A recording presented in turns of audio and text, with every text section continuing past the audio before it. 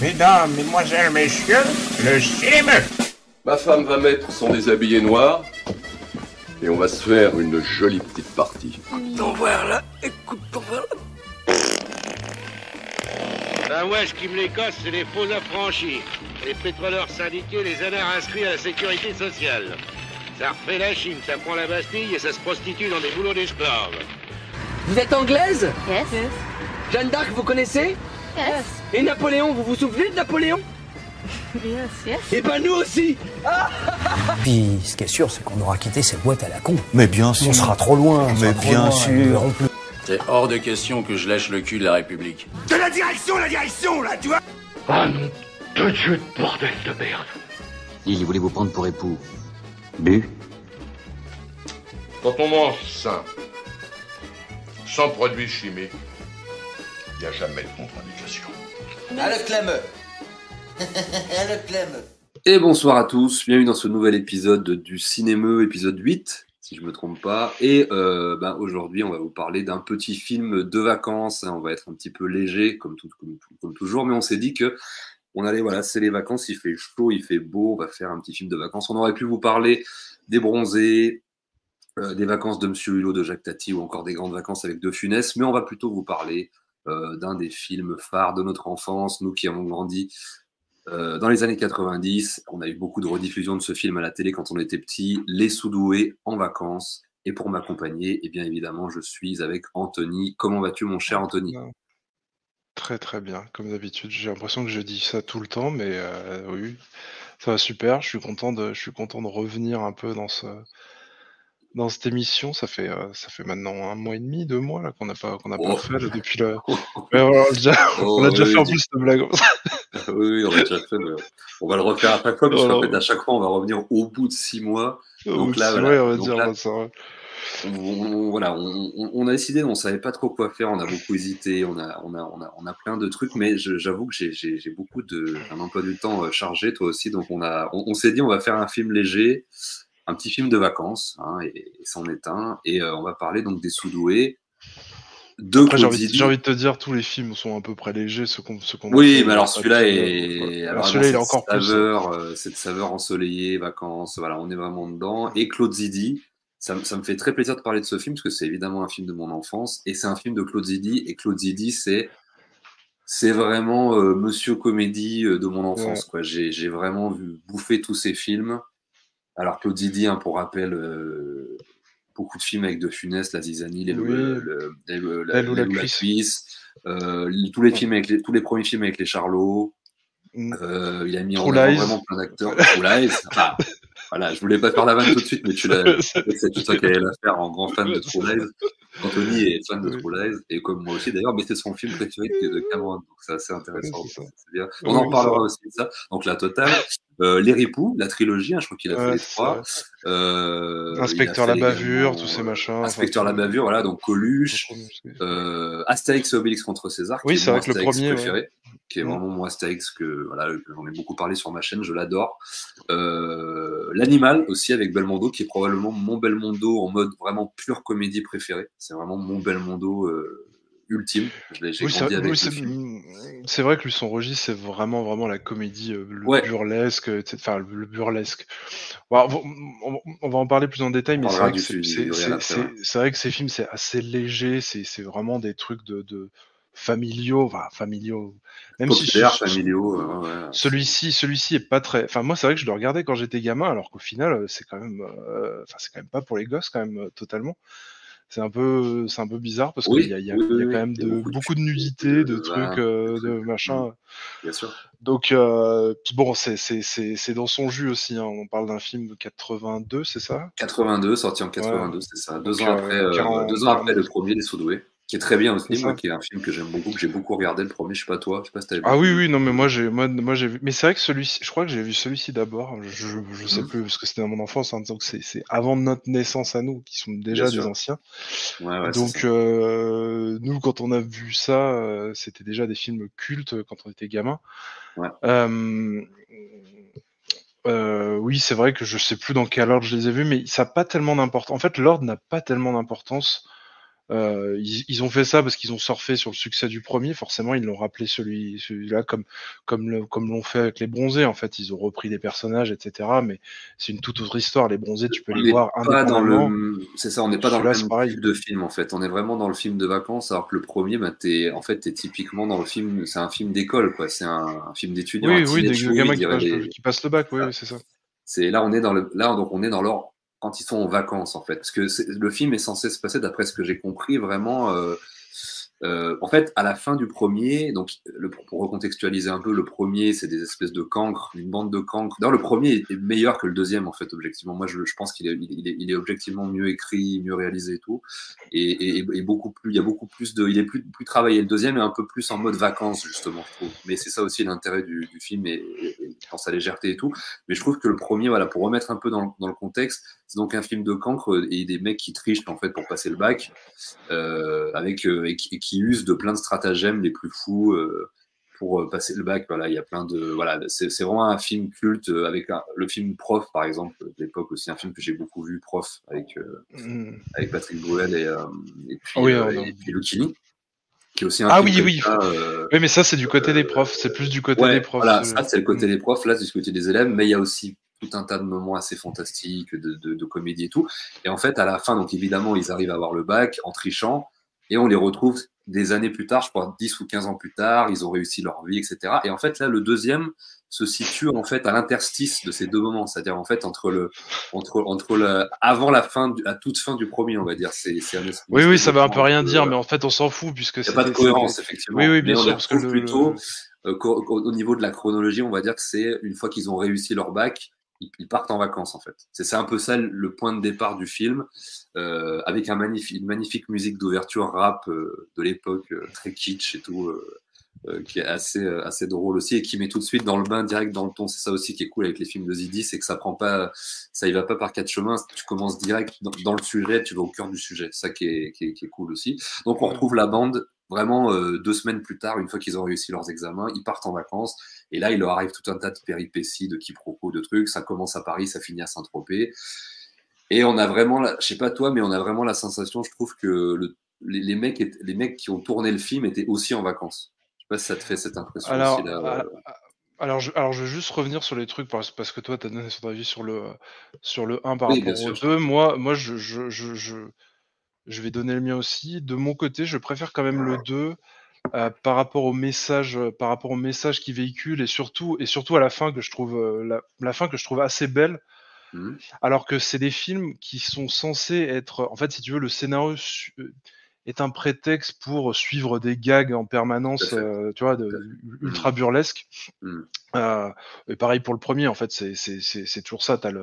T'as les protagonistes et les antagonistes qui sont les profs, etc., qui eux aussi usent de stratagèmes pour contrecarrer. Chacun use son stratagème, c'est pas que d'un côté, tu vois. Parce que dans le 1, il y avait la machine pour mentir, je sais pas quoi, qui te donnait des claques ou qui te donnait une glace. Machine à claques. C'était un truc qui te donnait une sucette quand t'avais machin. Donc c'était aussi des trucs un peu débiles. J'adore ce type d'humour. C'est un truc que je trouve qu'il y a au niveau de la jauge, si tu veux, comment expliquer, au niveau de la jauge de l'humour, le style d'humour, c'est on n'est pas sur du réaliste, on n'est pas sur une comédie réaliste. Après, aucune comédie n'est réaliste, mais on n'est pas sur une comédie qui tend. Oui, non, mais on n'est pas sur une comédie qui tend. Tu vois, par exemple, Les Bronzés, ça va beaucoup moins loin dans les gags, tu vois, ça va beaucoup moins loin les Bronzés. C'est un peu plus réaliste du coup, les Bronzés. Oui, voilà, c'est moins burlesque. Même si c'est pas réaliste non plus, mais on est quand même dans un truc. On est dans un registre plus réaliste que burlesque. Voilà. Et Claude Zidi, c'est quand même souvent assez burlesque quand même. Et si tu veux, ce film-là se met un peu entre une espèce de comédie comme ça et du zaz. Alors je sais pas comment on appelle ça, les zaz.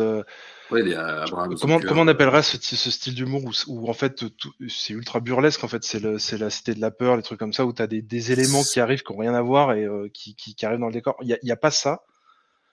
Il y a pas ça non plus. C'est une espèce d'humour non sensique. Comment dire, c'est quelque chose de c'est de l'absurde, je dirais plutôt de l'absurde plus que du burlesque. De l'absurde, mais on n'est pas non plus dans de l'absurde. Tu vois, on est 1 ou 2 crans avant.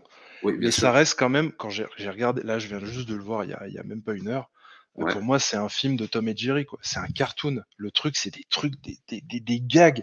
Mais tu vois des gags de dessins animés. Des fois, tu vois enfin, tu vois ce que je veux dire? C'est pas, on n'est pas dans un truc d'absurde, mais on est quand même dans des gags de dessins animés. T'as un mec qui va, je sais pas, genre, t'as la cantatrice qui va chanter, comment il s'appelle, Guy Marchand, qui va être saoulé par le chant, donc il va leur jeter une balle de tennis qui va tomber dans une sauce de sauce tomate. Enfin, personne n'a une soupe, dans une soupe. C'est genre, personne n'a ça, tu vois. Ça va dans la soupe. Après, le gars, il lui renvoie la soupe par une catapulte. Et il a une mini catapulte. Il a une mini catapulte. C'est trop des trucs de gags, de machin. L'autre, il marche il met deux pieds dans des arbustes, alors qu'il pourrait marcher normalement. Mais non, il marche dans des arbustes. Du coup, c'est que des trucs comme ça. J'ai vu que des gags comme ça. Il tombe d'une caravane, du machin, et après le morceau de la caravane va dans l'eau, le mec il pagaille, il récupère son pote, l'autre il lui dit c'est bon, laisse ton cheval, t'en auras d'autres, machin, et il se barre comme ça. Enfin, rien n'a de sens, mais c'est super drôle et c'est vraiment, on est vraiment sur un truc de cartoon. C'est vraiment des blagues de cartoon en fait. C'est vraiment genre Tom et Jerry. Enfin, je vois, tu regardes les trucs de Tom et Jerry, c'est à peu près la même chose. Hein. Mec qui tombe dans l'eau, qui s'envoie, le mec qui tire une canne à pêche, il arrive à tirer un pédalo. Enfin, c'est que des trucs comme ça, tu vois. Et c'est ça que je trouve qu'il y a une certaine légèreté sans pour autant aller trop loin dans l'absurde. Et je sais pas si en fait. C'est enfantin, mais sans être, tu vois, la Cité de la Peur, tu vois. Alors que oui, c'est parce très que bien. la Cité de la Peur prend vraiment le pas justement des As. Voilà, c'est leur maître, hein, donc de l'absurde total, où là tu vas casser le 4e mur, tu vas agrandir les échelles de plan, tu vas faire des jeux de mots avec il y a une mise en abîme, enfin voilà, là on n'est pas non plus là-dedans, c'est très léger, mais je vois ce que tu veux dire, il y a vraiment des trucs surréalistes, on va dire aussi. On est sur un petit peu un truc comme ça. Il y a un truc très original que j'ai jamais vu, enfin, ça doit exister, mais c'est au début, t'as une voix off qui est une sorte de narrateur au début du film qui chante en fait l'histoire de tous les. Oui, c'est ce fameux rap. Il introduit tous les personnages en espèce de rap, mais de l'époque des années 80, donc c'est très limité. C'est ça. C'est très drôle, il est très drôle ce générique, il te met dans l'ambiance. Il t'enjaille en fait direct avec les couleurs, tu sais, les génériques très, très flashy, les lettres super grosses. T'as vraiment une ambiance, t'es vraiment plongé directement dans la piscine, tu vois, t'es dans les vacances en fait, direct. Avec les meufs derrière qui chantent, là c'est les vacances et tout.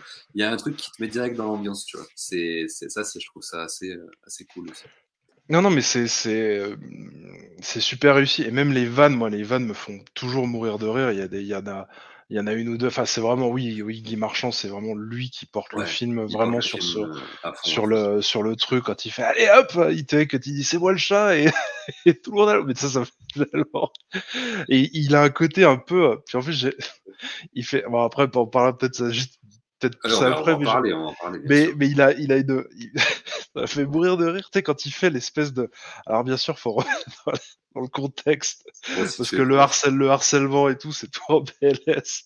Il se met en vieux harceleur et tu le vois. Et ça aussi, c'est très. Non mais c'est super. Ça, c'est vraiment Tom et Jerry. Non mais j'insiste sur ce truc de cartoon. Où il se met dans une position où il est, il se recroqueville, tu vois, il a une espèce de, il se met bossu, tu vois, comme ça. On dirait un gorille un peu. Un espèce de, non, comment il fait? Il s'incline comme ça, il fait. Un truc je vais t'attraper. Un truc à la Aldo Machon un peu. Non, mais vraiment, il est courbé, il est tout courbé, je vois très bien, il lui court après comme ça, comme un espèce de vieux pervers. Mais ça, c'est vraiment un truc de carte. Il y a vraiment une gestuelle de dessin animé. Quand il fait ce truc-là et qu'il lui court après, allez, allô, c'est parti. Oui, il a un truc de singe, un peu, un truc de. Voilà, en vieux harceleur comme ça, qui lui court après à la fille. C'est vraiment, c'est à mourir de rire. C'est vraiment à mourir de rire. Ils ont dû vraiment s'éclater sur le truc. Et en plus, si tu veux, il y a vraiment ce truc décomplexé totalement.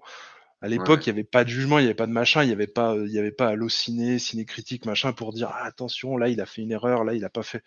Et en fait, ils se lâchaient totalement. Je sens qu'il y avait vraiment une certaine liberté. Et c'est un truc qu'on n'arriverait pas à refaire. Alors bien sûr, le truc du harcèlement qu'on donne un côté humoristique et le personnage reste attachant même si c'est un harceleur, c'est un truc qui passerait pas aujourd'hui. Je suis d'accord. Mais il y avait ce côté en fait il y avait un espèce de surjeu qui était pur, en fait. Tu vois ce que je veux dire? Il y avait un espèce on surjouait les personnages sans pour autant être faux, tu vois?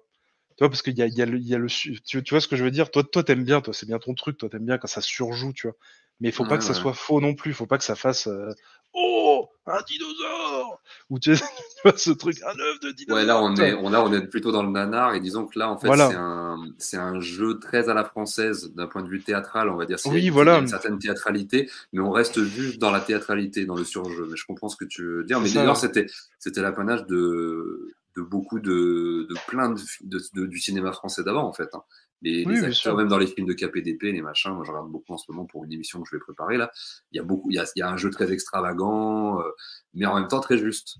Parce que Oui, ça voilà. reste dans quelque chose de maîtrisé, où les gens savent ce qu'ils font. Alors on voit que Guy Marchand, effectivement, c'est pas forcément un acteur né, parce que c'est d'abord un chanteur, c'est un jazzman même, et là en fait il fait une parodie de crooner, et donc c'est encore plus drôle parce qu'en fait il parodie, il s'auto-parodie, mais en même temps il faisait pas tout à fait ça dans sa carrière de chanteur. C'était pas tout à fait un crooner, un gars comme ça. C'était quand même plutôt un bon chanteur, quoi. C'était quelqu'un qui était.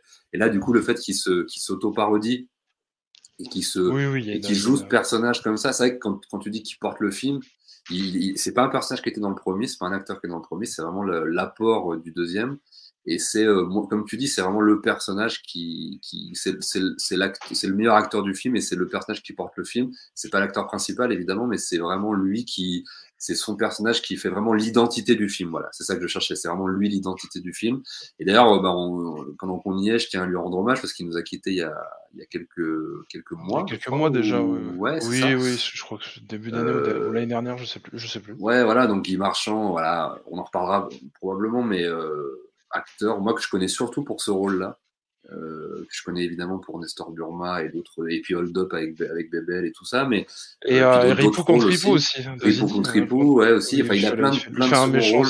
J'aime bien. Il a plein de second rôles comme ça, mais là, c'est vrai que c'est un peu son rôle emblématique, et puis la chanson Destinée qui a cartonné. Autant que le film d'ailleurs, parce qu'on l'a pas dit, mais le film a cartonné comme tous les films de Zidi, hein, d'ailleurs, pour la plupart. Et la BO, le Destiné, a cartonné, et lui-même ne comprenait pas ce succès parce qu'il trouvait que c'était de la merde. Il l'avait écrit en 2 heures, le truc, il comprenait pas et en fait il était dégoûté parce que ça avait un petit peu évincé toute sa carrière de chanteur qui était plutôt de qualité, et le fait que cette musique ait marché mieux que ses musiques à lui, ça l'avait un peu, il comprenait pas, quoi. Il restait pas en toi face à ce succès. Mais disons que ça, c'est un peu la magie du cinéma et des succès, des trucs. Et puis c'est une musique qui est restée mythique aussi grâce au film, parce qu'il y a tout un contexte avec le Love Computer. On n'en a pas parlé, mais le Love Computer, concept génial aussi, ça, moi, me fait beaucoup rire. Mais moi, c'est les deux aussi qui me font rire. Ces deux, on va dire, ces deux sbires, entre guillemets, le petit scientifique là avec ses cheveux longs. Génial, celui-là. Qui fait 0. Tu vois la machine qui fait que c'est. Jean-Paul Faré. L'incompatibilité. Oui, c'est ça. Il faudrait une rime avec coquillage. Il a toute une gestuelle comme ça. Il a toute une gestuelle comme ça. Alors là, vous le voyez pas, mais il se courbe, il serre. Moi, c'est un jeu d'acteur. Pareil, il fait le petit geek, le petit scientifique, de l'époque qui l'aide tant bien que mal dans ses pour essayer, voilà. C'est pour essayer juste de pécho une meuf. C'est vrai que c'est tellement ridicule, mais tout est prétexte à moult gags, en fait. C'est ça. C'est ça qui rend le truc cohérent, et même je trouve que l'histoire, même en étant simple, ben tu vois, elle arrive quand même à. Bon, enfin, on parlera après du déroulement de l'histoire, mais c'est vrai que voilà, on a cet acteur qui porte bien le film. On a bien entendu en acteur principal Daniel Auteuil qui reprend son rôle du premier. Qui reprend son rôle du premier, et qui est dans un registre comique aussi.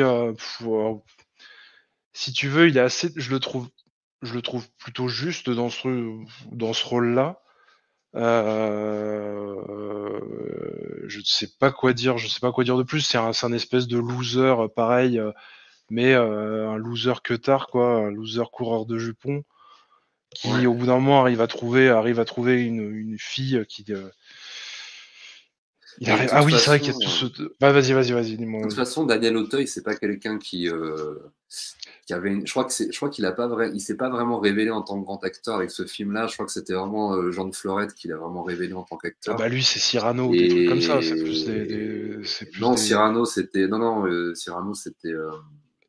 Ah si, Cyrano, c'est lui. Attends. Non, Cyrano, c'est Belmondo. Là, tu parles peut-être du Bossu, mais le Bossu, c'était après, c'était bien plus tard. Ah, le Bossu, non, c'est le Bossu. Non, mais disons qu'il n'a pas été révélé comme un grand acteur tout de suite. Disons que d'ailleurs, il faisait pas que des comédies à l'époque, il faisait aussi quelques polars, il faisait des trucs un peu différents, Daniel Auteuil. Mais il faisait surtout plus de comédies. En fait, je vois pas d'autres comédies avec lui, en fait. À part peut-être des trucs récents. Si, t'avais d'autres films, mais que j'ai tapé. Parce que moi, c'est vrai que moi, je suis pas un énorme fan non plus de Daniel Auteuil. J'ai pas vu tous ses films et je suis pas. Moi, c'est surtout avec ces deux rôles-là que je l'ai bien aimé. Mais c'est surtout devenu un acteur un peu de renommée après, en fait. C'est pas forcément resté. Là, c'est un acteur plus populaire, alors qu'après, c'est devenu un acteur à grande renommée. Il est un peu plus passif. Il est un peu plus passif, par exemple, dans le Placard, par exemple, qui est un excellent film de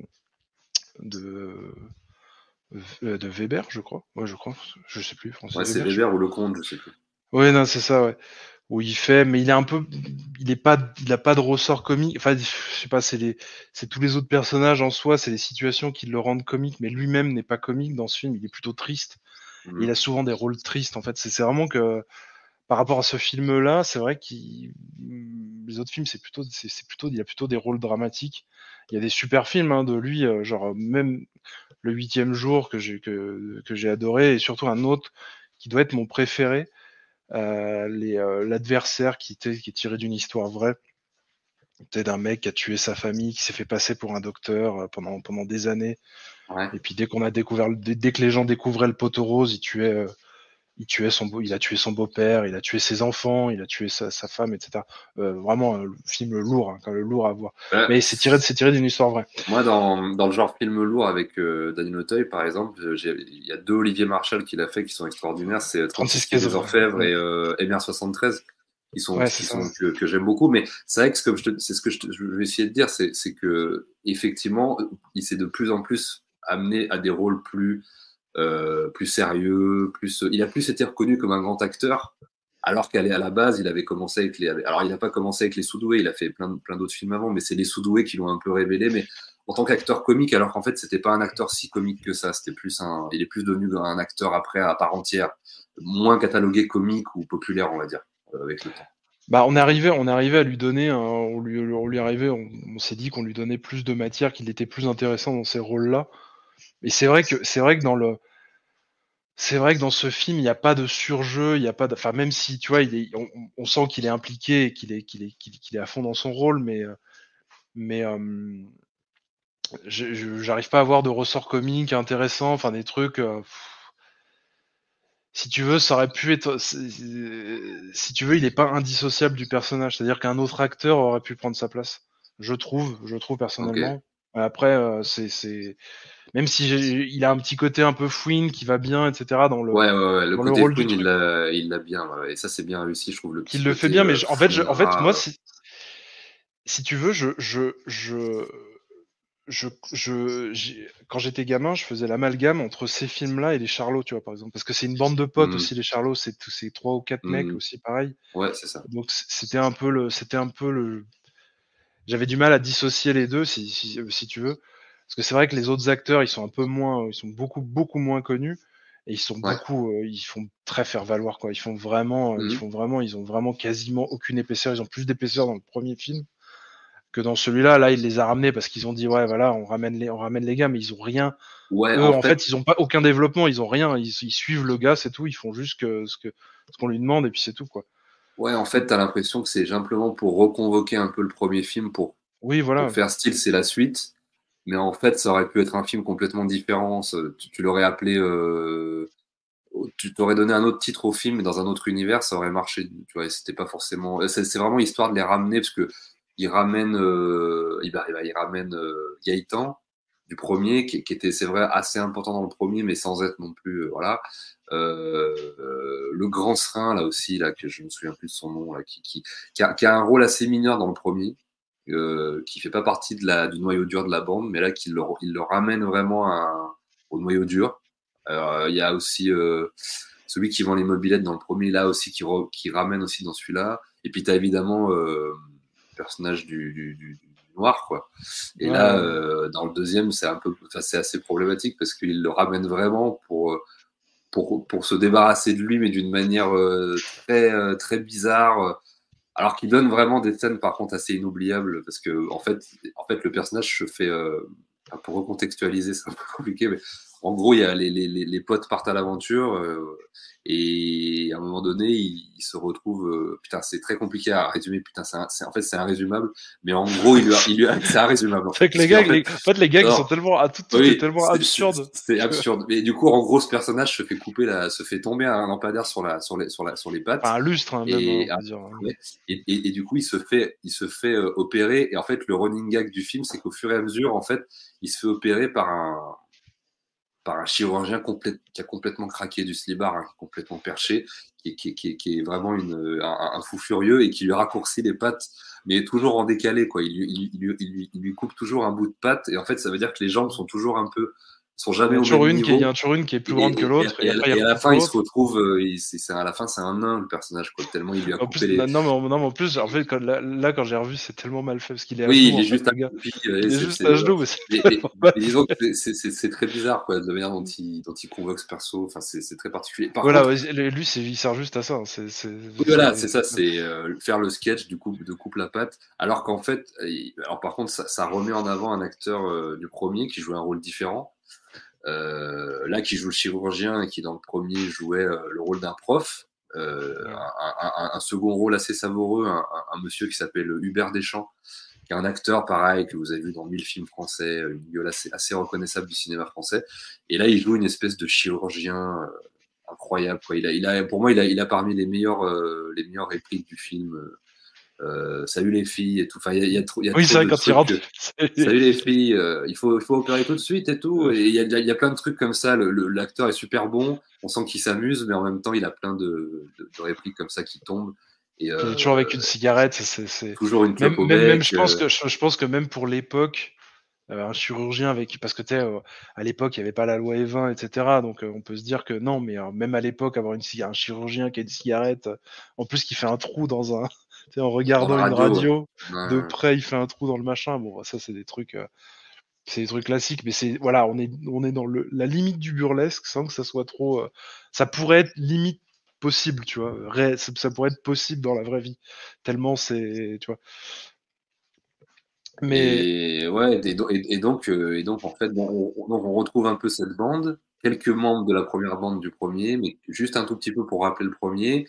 Quelques acteurs du premier qui là jouent des rôles un peu différents, et puis voilà, plein de nouveaux acteurs qui sont réinjectés là. Alors pareil, c'est pas des acteurs, des actrices que j'ai beaucoup suivi moi j'aurais pas grand chose à dire en fait sur ces acteurs en général, parce que en fait je les connais surtout dans ce film.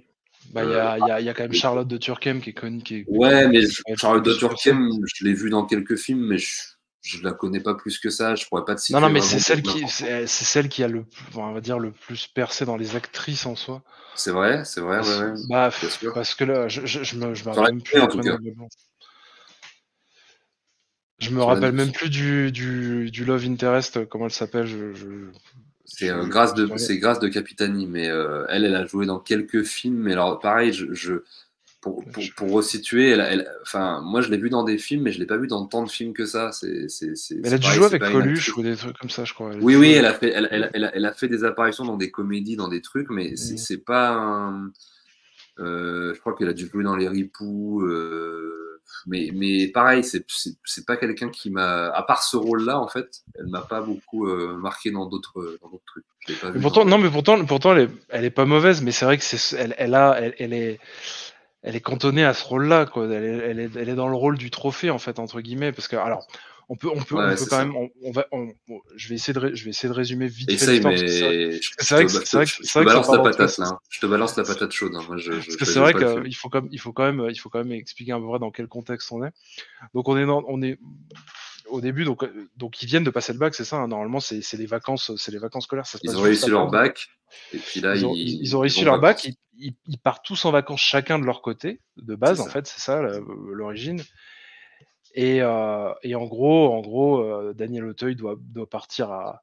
Alors je l'appelle Daniel Auteuil, je sais plus comment il s'appelle le personnage. C'est Bébel, non, c'est Bébel. ça. Bébel, ouais, Bébel, c'est ouais. ça. Bébel, donc il doit partir aux Seychelles avec sa copine du moment. Au moment de partir, bah, il se fait lourder, donc il part pas aux Seychelles et en plus il vivait chez elle, donc il peut pas partir aux Seychelles. Oui, c'est le Il squatte fameux. dans des tentes, voilà, il squatte un peu de C'est partout. la fameuse réplique. Tu veux pas me laisser à Paris sans appartement, sans argent, sans amour?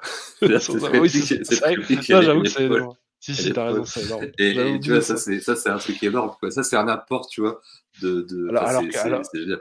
Alors C'est qu'il trop n'était marrant, pas ça. du tout amoureux de cette fille. Il était avec elle parce que voilà, ça l'intéressait. Mais oui, C'était non, juste mais par intérêt quoi qu'il était mais avec cette le fille. fait de balancer cette Oui, phrase, sans amour. Non mais le sans sans amour est amour, vraiment. Ouais. c'est énorme, c'est énorme.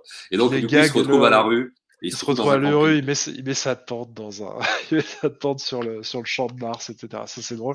Et Ouais, c'est très drôle, et ça aussi. et Et il se retrouve donc lui il se retrouve sur le carreau. En parallèle, t'as Guy Marchand qui a divorcé 28 fois, tu sais, qui a divorcé 28 fois, qui se Alors, remarie. qui est Paul Memphis, qui est une énorme star de la pop française, Ouais, hein, voilà, c'est ça, qui est une grosse star et qui est un énorme queutard et qui à mais peine qui épouse marié, tombe sa demoiselle d'honneur et tout, voilà, enfin c'est bref, ça. un énorme Il la queutard. trompe, il va pour partir. Alors c'est assez marrant, il est marrant ce gag des deux téléphones qu'il appelle sa maîtresse et sa femme en même temps, tu sais, Ouais, tout à qui fait. jongle entre les téléphones.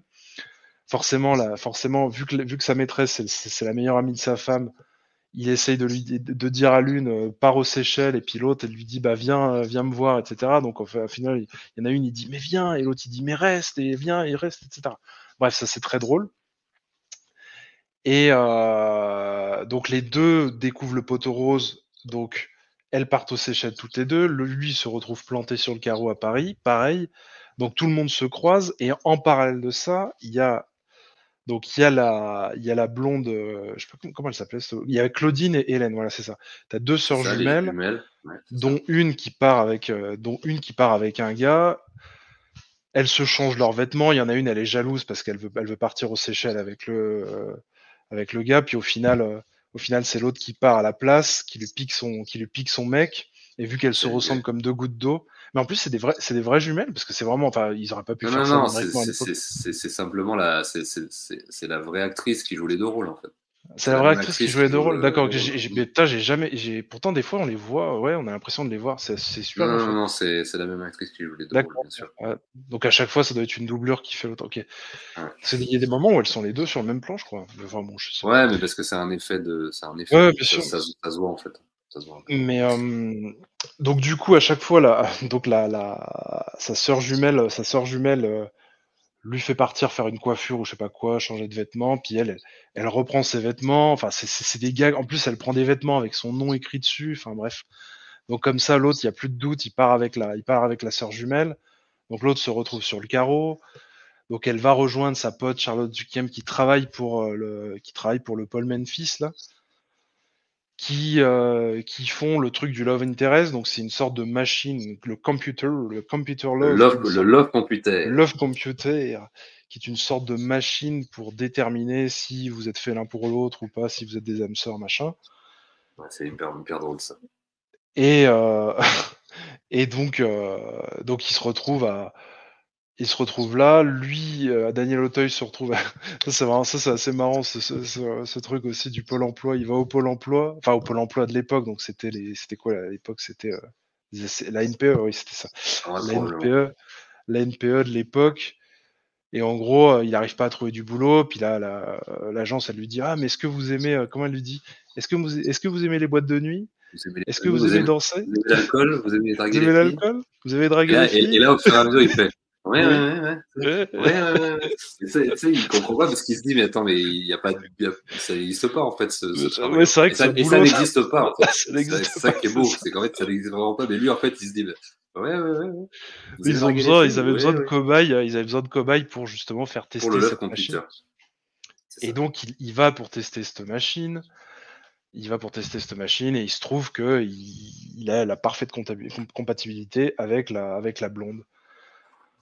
Pendant ce temps-là, je sais plus quoi, Guy Marchand, je sais pas comment il fait pour tomber. Ah oui, parce qu'il est avec sa femme, il retrouve son ex-femme avec qui il va divorcer et il lui dit maintenant ça va être elle ma nouvelle femme et puis en fait c'est comme un gosse de riche quoi. Il dit maintenant cette femme je veux que ce soit ma femme et c'est tout, je la veux et ça sera ma femme donc ils vont pour aller dans la machine, mais forcément, eux, ils sont pas compatibles, puisqu'elle est que compatible avec le Bébel.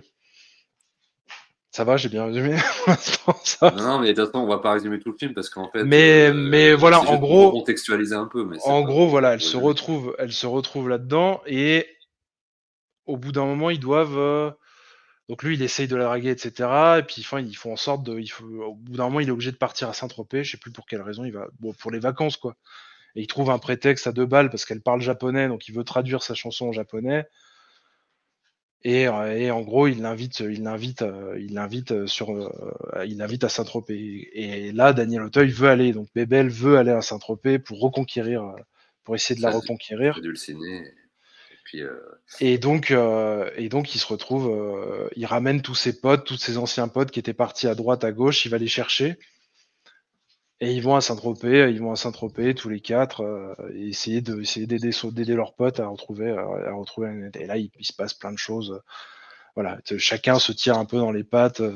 Chacun essaye de récupérer la fille, quoi, tu vois, qui est une sorte l'un essaie de la garder et l'autre essaie de la récupérer. Ouais. Et entre les deux vont se glisser tout un tas de stratagèmes, de gags, c'est ça. des trucs les plus incroyables qui ont été, je pense, écrits. Alors peut-être pas au jour le jour, mais on a l'impression qu'il y a certains gags qui sont écrits vraiment, ou certaines scènes qui sont tournées vraiment un peu. Pourtant, ça demande quand même des moyens, tous les trucs qu'ils ont fait. Après, je sais pas, peut-être ils sont arrivés à. Non, je te parle de certaines scènes. Je te parle pas de scènes avec des moyens. Je te parle de certaines scènes où t'as pas besoin forcément de moyens. T'as une scène notamment où ils discutent, où ils sont en train de faire à manger, de couper des tomates. T'as l'impression qu'ils l'ont tourné pendant les vacances et qu'ils ont dit vas-y viens on fait cette scène. Je trouve qu'il y a un peu de ça par moment, mais du coup c'est ça aussi qui rend le film cool, c'est que t'as l'impression qu'ils sont éclatés autant au niveau enfin tu t'éclates autant avec les acteurs qui jouent les personnages et puis aussi les gens qui sont derrière qui ont l'impression. Mais il y a plein de films comme ça. À l'époque du cinéma français des années 80 surtout. Les années 80, il y a plein de films comme ça que j'appellerais films de vacances ou films de plage. J'en ai cité quelques-uns, mais par exemple, tu as tous les films de Max Pécasse, par exemple, qui sont super, des espèces de nanars avec des filles à poil, des gags, des trucs. Tu as plein de trucs comme ça. Moi, il y a un film mythique aussi qui s'appelle Pizzaiolo et Mozzarella, qui est vraiment un truc avec Aldo Macion, mais tourné, t'as l'impression qu'ils ont tourné ça en 15 jours en vacances et tout. Et je trouve un peu cet état d'esprit là-dedans, tout en étant quand même dans un film assez professionnel et dans une production assez coûteuse. Hein. C'est pas non plus un truc, c'est ni un nanar, ni ce type de production Max Pécasse ou quoi. Mais je trouve qu'on a quand même cet état d'esprit quand même vacances qui est retranscrit. Parce que je pense quand même qu'ils se sont éclatés à le faire, à trouver des gags, à rigoler sur le tournage et tout. En tout cas, je sais pas si ça s'est passé comme ça, mais ils arrivent à nous le transmettre dans le métrage, je trouve. Et tout ce que tu as expliqué, les situations, les quiproquos, les machins, on oublie plein de détails.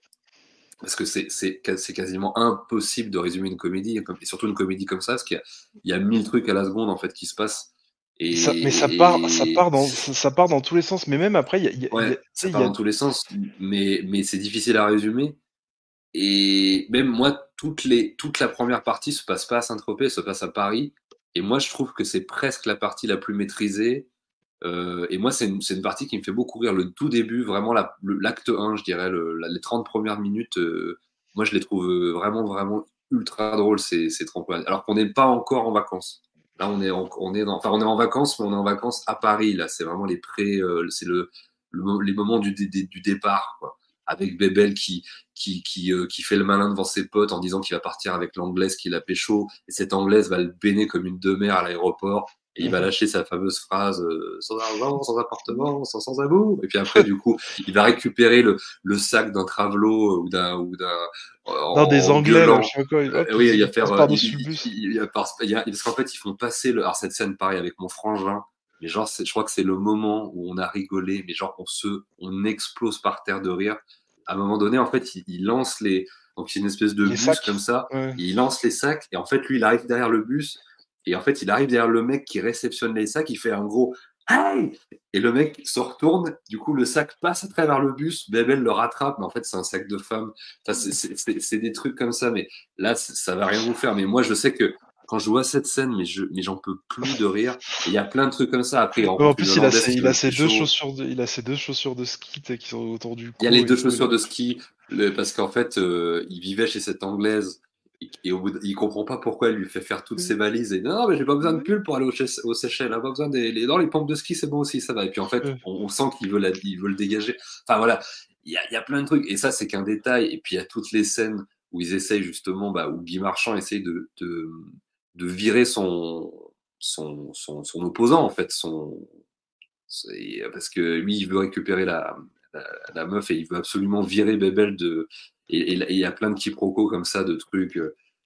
Oui, il le fait passer, on a à la limite de l'homophobie, parce qu'il le fait passer pour un gay. Il y a plein de gags homophobes au dernier degré.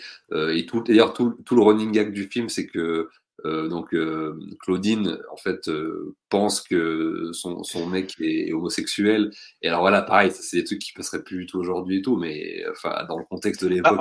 Non, en fait, je dis ça, mais j'exagère un peu, parce qu'en fait, c'est juste que, vu qu'elle est hétéro, tu pourrais le faire aujourd'hui, ça passerait. Tu ferais un mec passer pour un gay, etc. Mais ce qui est homophobe, c'est pas ça, c'est la façon dont il dit faites ce type de gestuel avec le coude, etc. Avec le poignet, faire ça. Ça fait trop. Ça fait tente, en fait. Ça fait vraiment tente. Ça fait vieille tente. C'est exagéré. Oui, bien sûr. Mais à l'époque, c'est vrai que c'est un truc qui passait. Qui passait bien, mais il n'y avait pas, il n'y avait pas ce truc de. Après, les personnages sont quand même tous des gros cons et se font quand même tous punir à un moment ou à un autre. Hein. Je veux dire, qu'ils soient prédateurs, homophobes, tout ce que tu veux dans les gags, à la fin, ils sortent grandis de cette histoire. Ça reste quand même, ça reste un conte de fées léger, quoi. C'est-à-dire qu'il y a quand même. Oui, mais c'est vrai que même Bébel n'est pas 100% gentil. C'est pas le gentil. Exactement. Donc c'est pas tous ces trucs aussi là qu'on voit comme des espèces de trucs homophobes et tout machin. C'est évidemment fait avec beaucoup de naïveté, et à la fin les personnages se font toujours un peu punir, apprennent de leurs erreurs.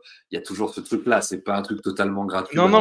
C'est ça qui est vrai, c'est qu'en fait on va dire les deux protagonistes qui sont Bébel et Paul, comment tu dis, Paul Memphis. Paul Memphis, oui, ça devait être une référence à Johnny Hallyday, ça fait tellement un truc comme ça. Oui, de son vrai nom, Jean-Louis Glomo, d'ailleurs. Il le dit au début du film. J'adore. Et en fait, ce personnage n'est pas 100% mauvais non plus. L'autre n'est pas 100% gentil, et lui, il est pas 100% mauvais non plus. C'est tout des ordures, en fait. Donc il y a un truc où les personnages sont pas forcément manichéens, et je trouve ça très beau. Mais même tous les gags du début montrent que il y a un côté, on crée de l'empathie, si tu veux. En fait, on essaye de, comment dire, parce qu'en général, dans l'histoire d'amour, t'as envie que le couple se retrouve, tu vois. Alors que là, t'as vraiment, tu vois qu'il est pas 100% gentil, tu sais pas trop comment ça peut se finir, en fait, parce qu'elle aussi, elle est assez déçue par lui, même si c'est lui qui ramasse le plus. Je veux dire, le Bébel, c'est quand même lui qui se fait enchaîner, même en utilisant des vieux stratagèmes de merde, il se fait quand même enchaîner. Lui, c'est vraiment l'archétype du prolo, en fait, qui est un peu le loser magnifique, c'est-à-dire en fait le mec qui a un peu la vieille fouine, qui a triché au bac, qui a réussi à l'avoir, qui a un peu grande gueule, et qui finalement en fait est obligé de se farder, donc arrive à pécho quelques nanas, mais qui se fait quand même béner, qui arrive à trouver l'amour de sa vie, mais qui est obligé de partir à Saint-Tropez, mais de bosser tout l'été à Saint-Tropez. Cette notion aussi de bosser l'été, et Dieu sait si nous, on sait ce que c'est que de bosser l'été, Anthony, on a bien connu. Oui, mais là, c'est même pas pour vivre, c'est juste pour payer, pour rembourser. Exactement. En fait, c'est pour rembourser les conneries que le mec fait avec ses potes, parce qu'en fait, ils font un enchaînement de conneries qui ramènent en fait des tonnes de soucis et qui, en fait, ils pètent les pédalos des mecs, ils pètent les bateaux, ils pètent tout, les piscines, les machins, et du coup, ils sont obligés de travailler. Donc, tout en cherchant la femme de sa vie, en fait, il est obligé de bosser à Saint-Tropez. Donc, c'est vraiment la loose absolue. Et c'est d'ailleurs ça qu'on aime aussi dans la comédie. Souvent, c'est en fait les personnages de losers magnifiques. Les mecs, on rit en fait de ces personnages, des personnages de connards. C'est souvent les personnages un peu méchants ou un peu de cons, un peu de losers avec lesquels on rit quand même, tu vois, dans les comédies souvent. Oui, bien sûr. C'est vrai que on est totalement là-dedans. Enfin, on est quand même avec des gros connards et des connards attachants. Je veux dire, on aurait ces espèces de bas instincts, ou quand on a été plus jeune, des trucs un peu à la con comme ça, on aurait eu ça. Et c'est bien de rire de ça. C'est ça qui fait aussi l'intérêt de ce type de comédie, je trouve. Non, mais complètement. Puis il y a tellement de trucs en fait qui empêchent à chaque fois qui sont assez drôles, qui empêchent les deux de se retrouver ensemble, comme la scène, comme tu parles, comme tu dis, au niveau dans le début du film, au premier acte, t'as la scène où ils veulent aller au resto, puis en fait le resto lui dit j'ai 2 places, mais j'en ai une ici, une en bas et une tout en haut. Mais ça c'est une scène qui est très très très très très très forte, parce que et là en fait ils viennent de tomber amoureux avec le love conclu, et en fait ils se sont instantanément aimés, quoi. Et en fait, on va bouffer ensemble, oui, donc c'est la pause, machin, entre le taf et tout. Et oui, j'ai 2 places, mais séparément, c'est pas ensemble. Et là, en fait, alors elle est en bas. Ouais, ça c'est génial, tu vois. Et donc là, en fait, c'est une scène magnifique où en fait les deux, leur premier repas en fait en couple, en amoureux, en tête à tête, c'est de se parler à 10 mètres d'intervalle, lui en haut sur la terrasse, elle en bas. Et tu veux du pain, tiens, tu sais, et puis il lui balance du pain. Et puis là, il lui fait, tu crois à l'amour, tu crois au destin, toi? Et ça commence comme ça, et ils gueulent leur race et tout dans le resto et tout.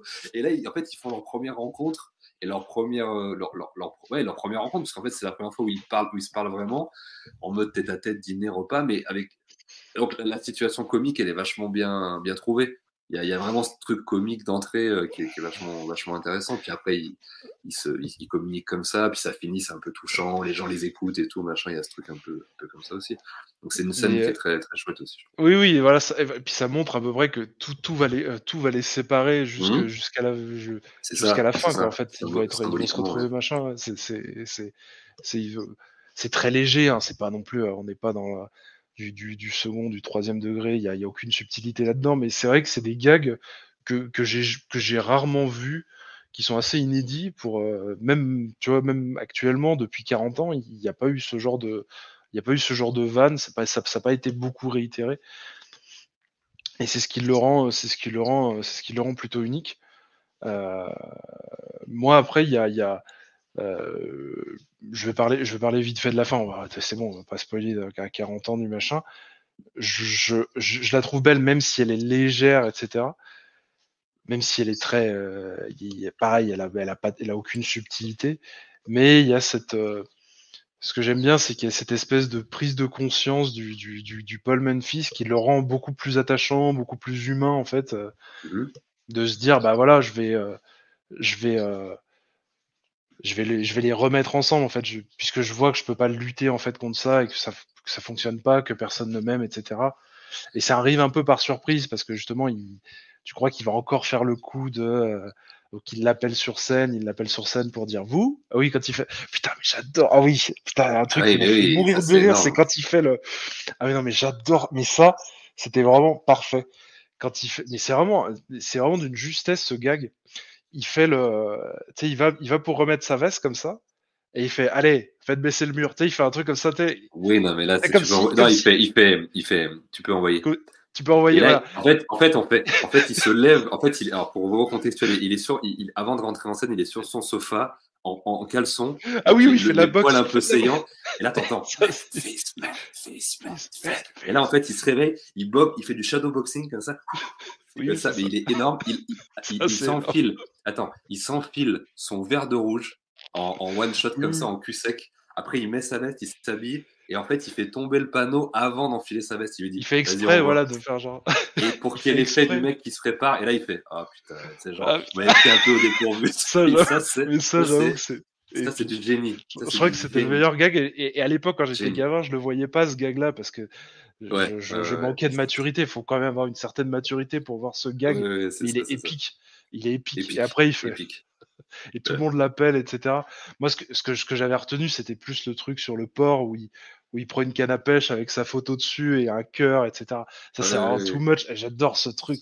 Il va pêcher les meufs comme ça, tu sais, après il les attire. C'est tellement con comme truc. C'est tellement con, mais j'adore. Mais c'est vrai que la fin, ce truc-là, le truc de la veste qui est à peine remise, etc. Ouais, et qui fait genre. C'est bien cadré, c'est magnifiquement cadré avec le public derrière, le mec qui tire le rideau, le truc. Non, tu vois, et c'est là aussi où Claude Zidi, on pense que c'est un mec, c'est quand même à Montréal parce qu'il choisit quand même ses axes de plan et tout, c'est beau. Parce que pour faire de la comédie visuelle aussi, il faut avoir un certain talent de mise en scène et je trouve qu'il l'a, quoi. Par moment, il y a des trucs quand même assez radical, quoi. Il y a des trucs vraiment impactants, enfin efficaces, quoi. En tout cas, voilà, c'est ça le mot que je cherchais plus que radical. Oui, en fait, c'est très simple, mais c'est percutant et c'est très intuitif. Les gens ont compris direct, en fait. Tu ne peux pas, même, j'irais même dire que même un étranger pourrait presque voir ce film sans comprendre la langue, en fait. Tout à fait. Puis c'est un film, je crois, qui a marché à l'étranger, il me semble, hein, qui a eu du succès à l'étranger, qui s'est assez exporté. Mais je crois que les comédies de Claude Zidi s'exportent beaucoup, d'où La Totale, par exemple. Enfin, c'est des films qui s'exportent assez bien, je crois. Et d'ailleurs, on n'est pas tant dans les textes ou dans des trucs. Oui, tu vois, c'est ça. Les jeux d'acteurs sont fabuleux, mais disons que c'est pas forcément effectivement le texte et le truc. Et c'est très, je te dis, c'est très cartoon, donc c'est très visuel. Oui, et c'est très anglais aussi un peu, parce que c'est les Anglais qui ont ce genre d'humour aussi, de très visuel et puis très international en fait, parce qu'au final, t'as limite pas besoin t'as limite pas besoin de dialogue quasiment, tu vois. Oui, tout est compréhensible dans l'image. Oui, je vois ce que tu veux dire. Oui, effectivement. Disons que c'est eux qui ont développé ça à un moment, les Anglo-Américains, d'une manière. Je vois ce que tu veux dire effectivement sur ça.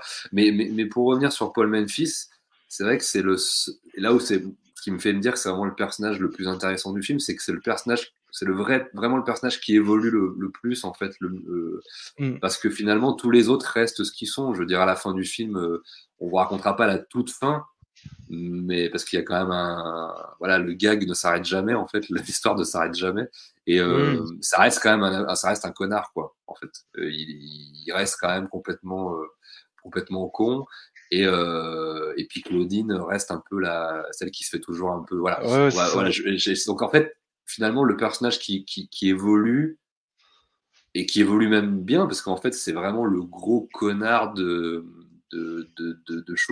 mec du showbiz, vraiment, voilà, comme tu l'as dit, prédateur, cutard, machin et tout, qui finalement, va comprendre que il y a deux personnes qui s'aiment et il va essayer de les mettre ensemble à la fin. Donc c'est assez c'est un beau personnage, en fait. Je pense que c'est pour ça que c'est ce qui fait me dire que c'est vraiment le meilleur personnage c'est pas le personnage principal, mais c'est lui le meilleur personnage du film. Je pense que en tout cas c'est celui qui a la meilleure évolution. Ah oui, je te dis, il y a vraiment, il porte vraiment le truc, il joue sur bien. C'est un peu si tu veux, dans le premier, il y avait Galabru qui avait ce truc d'antagoniste qui marchait super bien. Tout à fait. Espèce de flic, machin, et il y avait la directrice aussi qui était bien. Comment elle s'appelle? Ça fait 30 ans que vous m'emmerdez. Ça fait 30 ans. Il est derrière le flipper et tout, il bouffe Ça fait 30 ans que vous m'emmerdez. Non, mais Galabru, de toute façon, c'est un génie. C'est un génie, mais ouais, dans ce film, c'est vrai et là, oui, Guy Marchand, en plus, il a un côté hyper dynamique, etc. Il est vraiment, tu sens qu'il est vraiment investi dans son, en fait, c'est ça qui est beau, c'est qu'en fait, il joue un espèce de personnage de beau gosse, bien foutu, tu vois, plutôt, tu sais, le mec un peu, assez viril, parce qu'il a des poils partout, il est très, tu vois qu'il est sportif, qu'il est beau gosse, il est crooner et tout, mais il arrive il a de l'autodérision, il joue bien, c'est pas Galabru, mais je veux dire, il s'en sort quand même super bien, quoi. C'est cette espèce de côté, tu vois, beau gosse mais drôle en même temps, tu vois. Alors que Belle, c'est vraiment le personnage, il est pas très beau, il fait vraiment petite fouine et tout, et lui, c'est vraiment c'est l'inverse en fait. Oui, le jeune, mais sans être laid pour autant, mais c'est Oui, vrai que oui, lui, parce qu'il a un certain charme, mais je veux dire, il est quand même, voilà, il a ce côté un peu fouine qui lui casse un peu le truc, quoi. Mais ça me fait faire une remarque par rapport, c'est vrai qu'au physique de l'époque. J'essaye de comparer un peu ces films-là, un peu aux films de Philippe Lachaud. Je pense que Lachaud fait un peu ce style-là, mais d'une manière un peu plus moderne en termes d'humour, etc. Bon, après, c'est pas. Moi, il y en a beaucoup que j'aime moins, etc. Mais moi là, j'aime là, les 5 premiers surtout, moi, Lachaud, les 5 premiers films qu'il a ouais, fait, bien sûr. c'est des tueries. Après, c'est un peu moins bien, effectivement. Oui, puis après, c'est filmé de manière différente. Oui, il y a ce côté fan footage dans certains qui faisait que c'était une mise en scène différente. Mais si tu veux, les ressorts humoristiques et la façon dont tu racontes l'histoire, tout pareil. à fait. On est ni dans le réaliste et ni dans on est dans un espèce de truc tellement burlesque des fois que tu te dis ça peut pas être réaliste. Et il y a ce côté-là, tu vois, au niveau de l'humour. Et je remarquais par rapport au physique aussi des gens, c'est-à-dire que au niveau de la virilité, à l'époque, la virilité, c'était vraiment les poils. Tu te rends compte qu'à l'époque, c'était les poils, pas forcément les muscles saillants, tu vois, parce qu'ils ont jamais des tablettes, etc. En France, alors que maintenant, c'est plus l'inverse. Et en fait, ils avaient plus En fait, aujourd'hui, on a plus de barbe et moins de poils sur le torse. Et à l'époque, c'était l'inverse.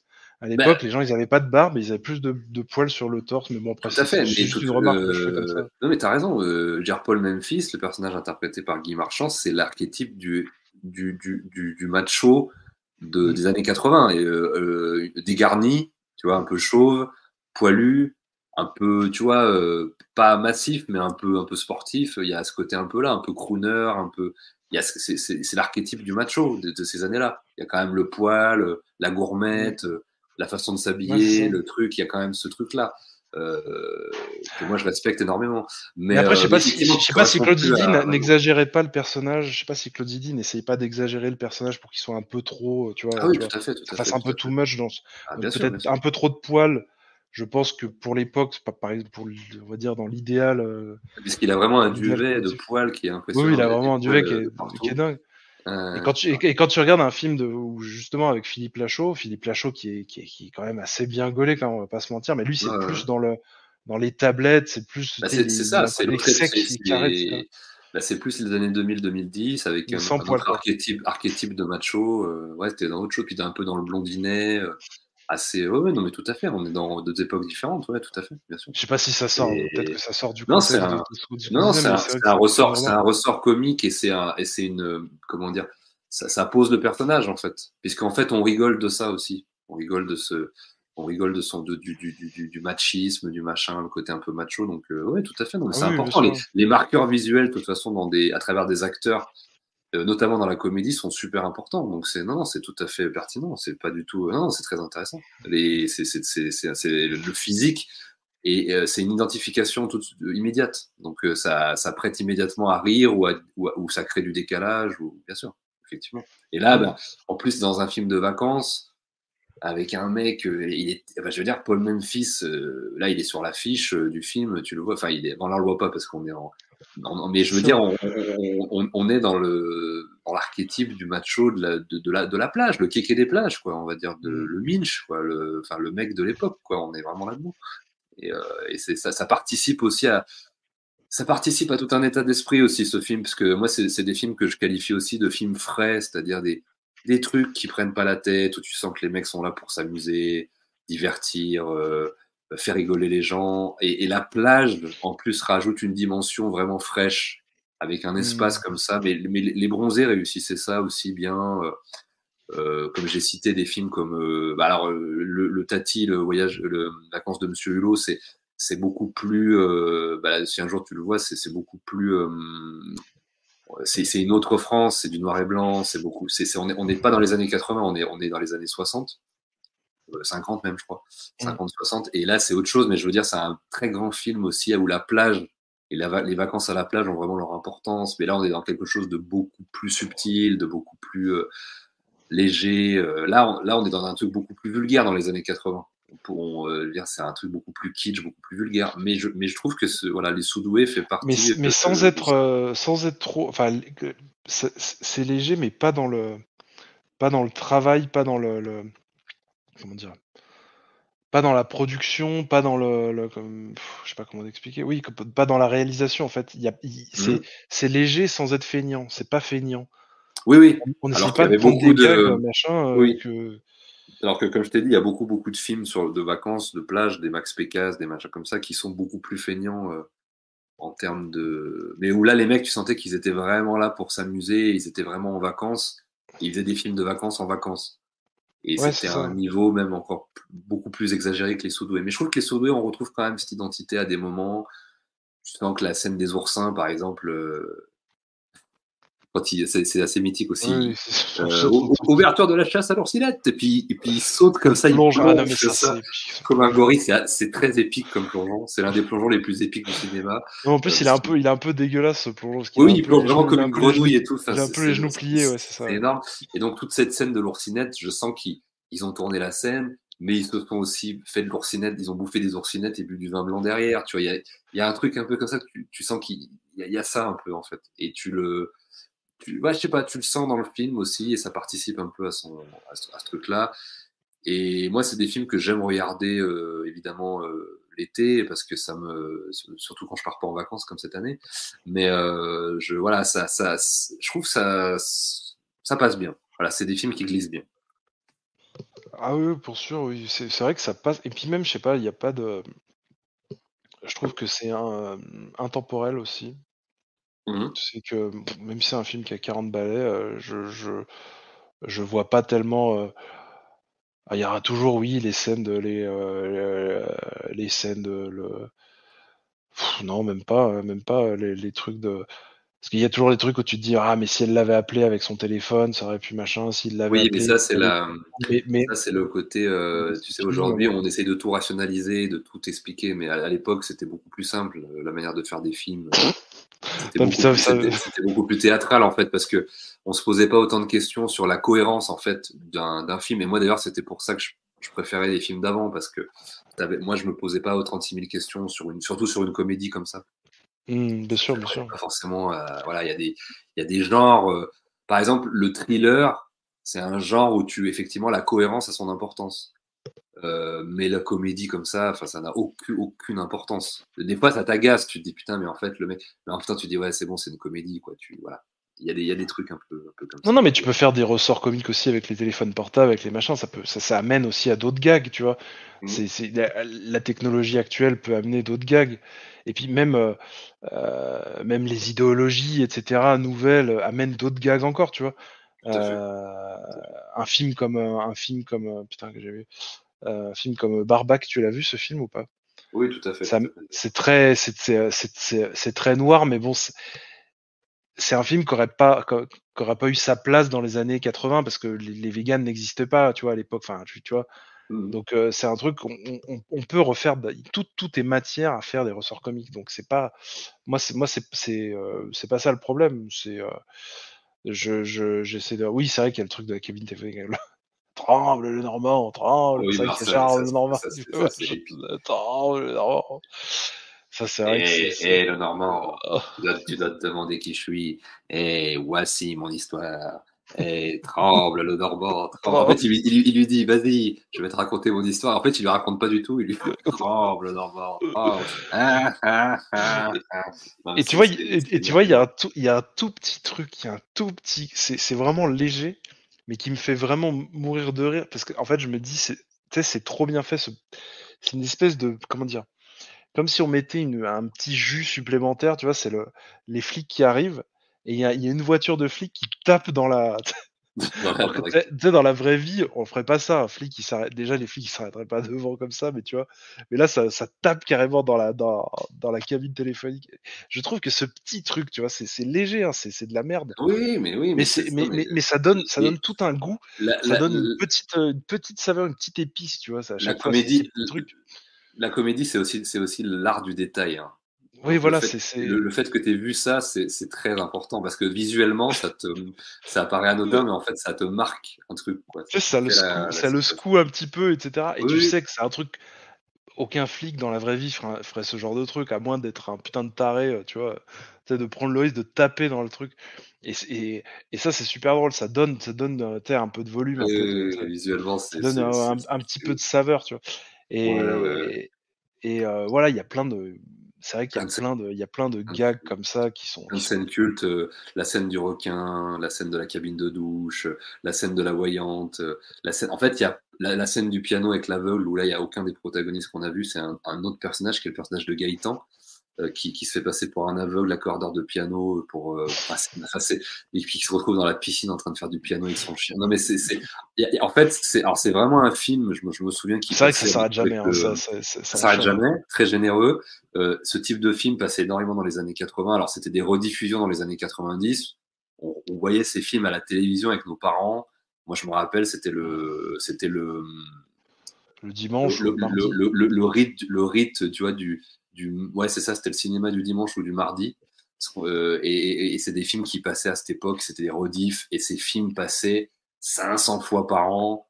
Tu les matais, t'avais ça, t'avais les Deux Funès, t'avais tous les Zidi, tous les Lautner, tous les Weber, tous les Lecomte, les trucs, ça passait, ça repassait. Jusqu'à l'overdose, mais on les a tellement vus et c'était vraiment voilà, c'était un rite, quoi. C'était tu savais que tel jour avec tes parents tu regardais ça et t'allais te poiler. Après il y avait l'époque de la VHS aussi, donc moi mes parents les enregistraient et tout. Enfin, c'était des moments très importants familiaux. Voilà, il y avait effectivement, comme tu disais, il y avait du nibar, du machin. C'est ça qu'on se cachait un peu les yeux, mais c'était aussi l'apanage des films français. C'est vrai qu'on regardait ça quand on était gamin, quand ils font le gag du truc de Brigitte Bardot. Ouais, machin, allez voir Brigitte Bardot, que t'as une femme à poil qui arrivait, elle est vraiment, il y a rien. La touffe à l'air. Mais c'est vrai qu'il y a un rapport à la nudité aussi, c'est ça aussi qui fait la France. Hein. Je trouve, non, mais l'identité, c'est ça, il y a un rapport à la nudité, à l'érotisme, à tout ça qui est quand même, on est quand même les masters à ce niveau-là dans ce pays aussi pour ça, montrer un peu des nibards. Non mais tu peux passer d'un film familial à moins de 18 juste pour ça en fait. À notre époque, je veux dire. À notre époque, oui. C'est un truc qu'on se permettrait plus pour faire une comédie familiale, tu vois, parce que justement tu perds de la clientèle. Alors qu'à l'époque, c'est vrai qu'à l'époque on s'en foutait. Et les gamins, nous on était gamins, on avait 4 ans à regarder ça. Quoi. Il y avait toujours un bout de nibar, un bout de cul, un truc, une blague salace, une petite scène un peu érotico-gentillette, on va dire, hein, dans les films, systématiquement. Et puis toujours des ah putain, j'arrive, je trouve pas, je suis un peu fatigué, je trouve pas les termes, toujours tu sais, des messages un peu cachés, tu sais, putain, j'ai pas le terme, mais tu sais, des sous-entendus. Voilà, je cherche des sous-entendus par rapport à, tu vois, ils explicitent pas forcément la partie, la bagatelle, mais ils te le disent d'une autre manière. Enfin, il y a plein de trucs comme ça. Et toutes les années 80-90, c'était rempli de ça aussi. Oui, t'avais ça, puis t'as le mec qui fume un cigare, t'avais le machin. Aujourd'hui, tu pourrais plus faire un Schwarzy avec un cigare, tu pourrais plus faire un truc. Et Guy Marchand, il a pas des cigares à un moment, je sais plus s'il a des cigares. Bah, en tout cas, il y a vieux qui sa clope, etc. Il fume des barreaux de chaise et tout. Non, mais après, c'est notre époque, c'était beaucoup plus libertaire dans l'esprit, c'était beaucoup plus, voilà. Non, mais pour revenir au truc oui, c'est vrai que pour revenir à la nudité féminine, principalement plus féminine que masculine, on est quand même sur quelque chose qu'on enlève du cinéma aujourd'hui, mais qu'on va transférer dans les réseaux sociaux et dans les machins. Bon, après, ah bah oui, je vais pas rentrer là-dedans, mais c'est vrai que c'est un truc, on se dit tant mieux que ça soit enlevé, etc. Je suis d'accord, mais tout est une question de vase communicant, et quand tu vis dans un endroit, tu remplis dans un autre. Donc, oui, tout à fait. Et puis, de toute façon, moi, je veux dire, ces films avaient une légèreté, une distance. Et tu dis la nudité féminine, mais il y avait beaucoup on voyait des bites à l'air et des culs à l'air de mecs aussi souvent, hein, dans ces films-là. Hein. C'était pas pas forcément dans celui-là, mais il y avait plein de films. Je me rappelle quand j'étais gamin, je voyais des tubs, des trucs. La nudité n'était pas forcément quelque chose d'hyper. C'était jamais vraiment vulgaire en fait. C'était toujours un petit peu mignon. un petit peu à distance. C'est pas, je veux dire, ça n'a rien à voir avec ce qu'on voit aujourd'hui sur les réseaux sociaux, les Instagram, les machins. Là, c'est très, très, très, très, très vulgaire. Il y avait évidemment de la vulgarité à l'époque, mais pas dans ce type de film de comédie un peu légère. Il y avait Ouais, il y a pas ce côté. En fait, c'est pas un film pour se rincer l'œil. Voilà, c'est ça que les gens. C'est juste pour avoir ce ressort comique justement de se dire ah tiens il arrive à faire de l'argent en faisant passer des fausses bardeaux en train d'aller se baigner devant des touristes qui sont totalement en rut. Voilà, c'est ça qui est drôle en fait. Mais au final, il n'y a pas cette volonté de parce que tu sais, t'as des films aussi qui sont sous prétexte, on va te mettre des nimards pour dire que, mais au final, c'est pour que les gens, tu vois, regardent le Oui, film. c'est totalement gratuit, mais ce qui n'est pas pour me déplaire non plus. Mais là, disons que oui, il y a du. Mais là, c'est pas du tout gratuit, c'est justement pour amener un truc comique. Quelque chose d'autre. Oui, pareil, quand je sais pas, quand il déficelle la culotte. D'ailleurs, qui a des culottes comme ça, des culottes en laine, tu vois, oui, en dentelé, là. En laine, c'est en laine, hein, c'est carrément. Mais c'est pour faire le gag pour qu'il tire la culotte. Ouais, tire le truc. Et c'est juste ça, en fait. C'est ça qui est drôle. C'est qu'en fait, cette femme, on sait pas d'où elle est, etc. En plus, il fait ça, mais vraiment gratuit. C'est vrai que c'est un peu gratuit, ce truc-là. Oui, totalement. Il y a ce gag et c'est tout. Et après, il passe à autre chose. Ça a aucun contexte dans l'histoire, etc. Ça rentre pas du tout dans rien du tout. Ouais. Non, mais Non, mais voilà. Dans l'ensemble, voilà, beaucoup de vannes, c'est vrai que c'est un truc où ça enchaîne, mais le film s'arrête jamais en fait. Il fait pas une petite pause de temps en temps, il dit pas peut-être un petit peu sur la fin, mais c'est quand même très léger. Et même si tu veux, en fait, les histoires d'amour, de machin, etc., c'est ridicule. En plus, je pense il doit y avoir un côté, il y en a qui sont team Bebel, d'autres qui sont team Memphis, tu vois, il y a ce côté, on va se dire, on choisit un peu son camp, sans que le film nous pousse d'un camp plus un camp. Oui, t'as le côté mal alpha et puis le côté jeunesse, voilà. Oui, bien sûr.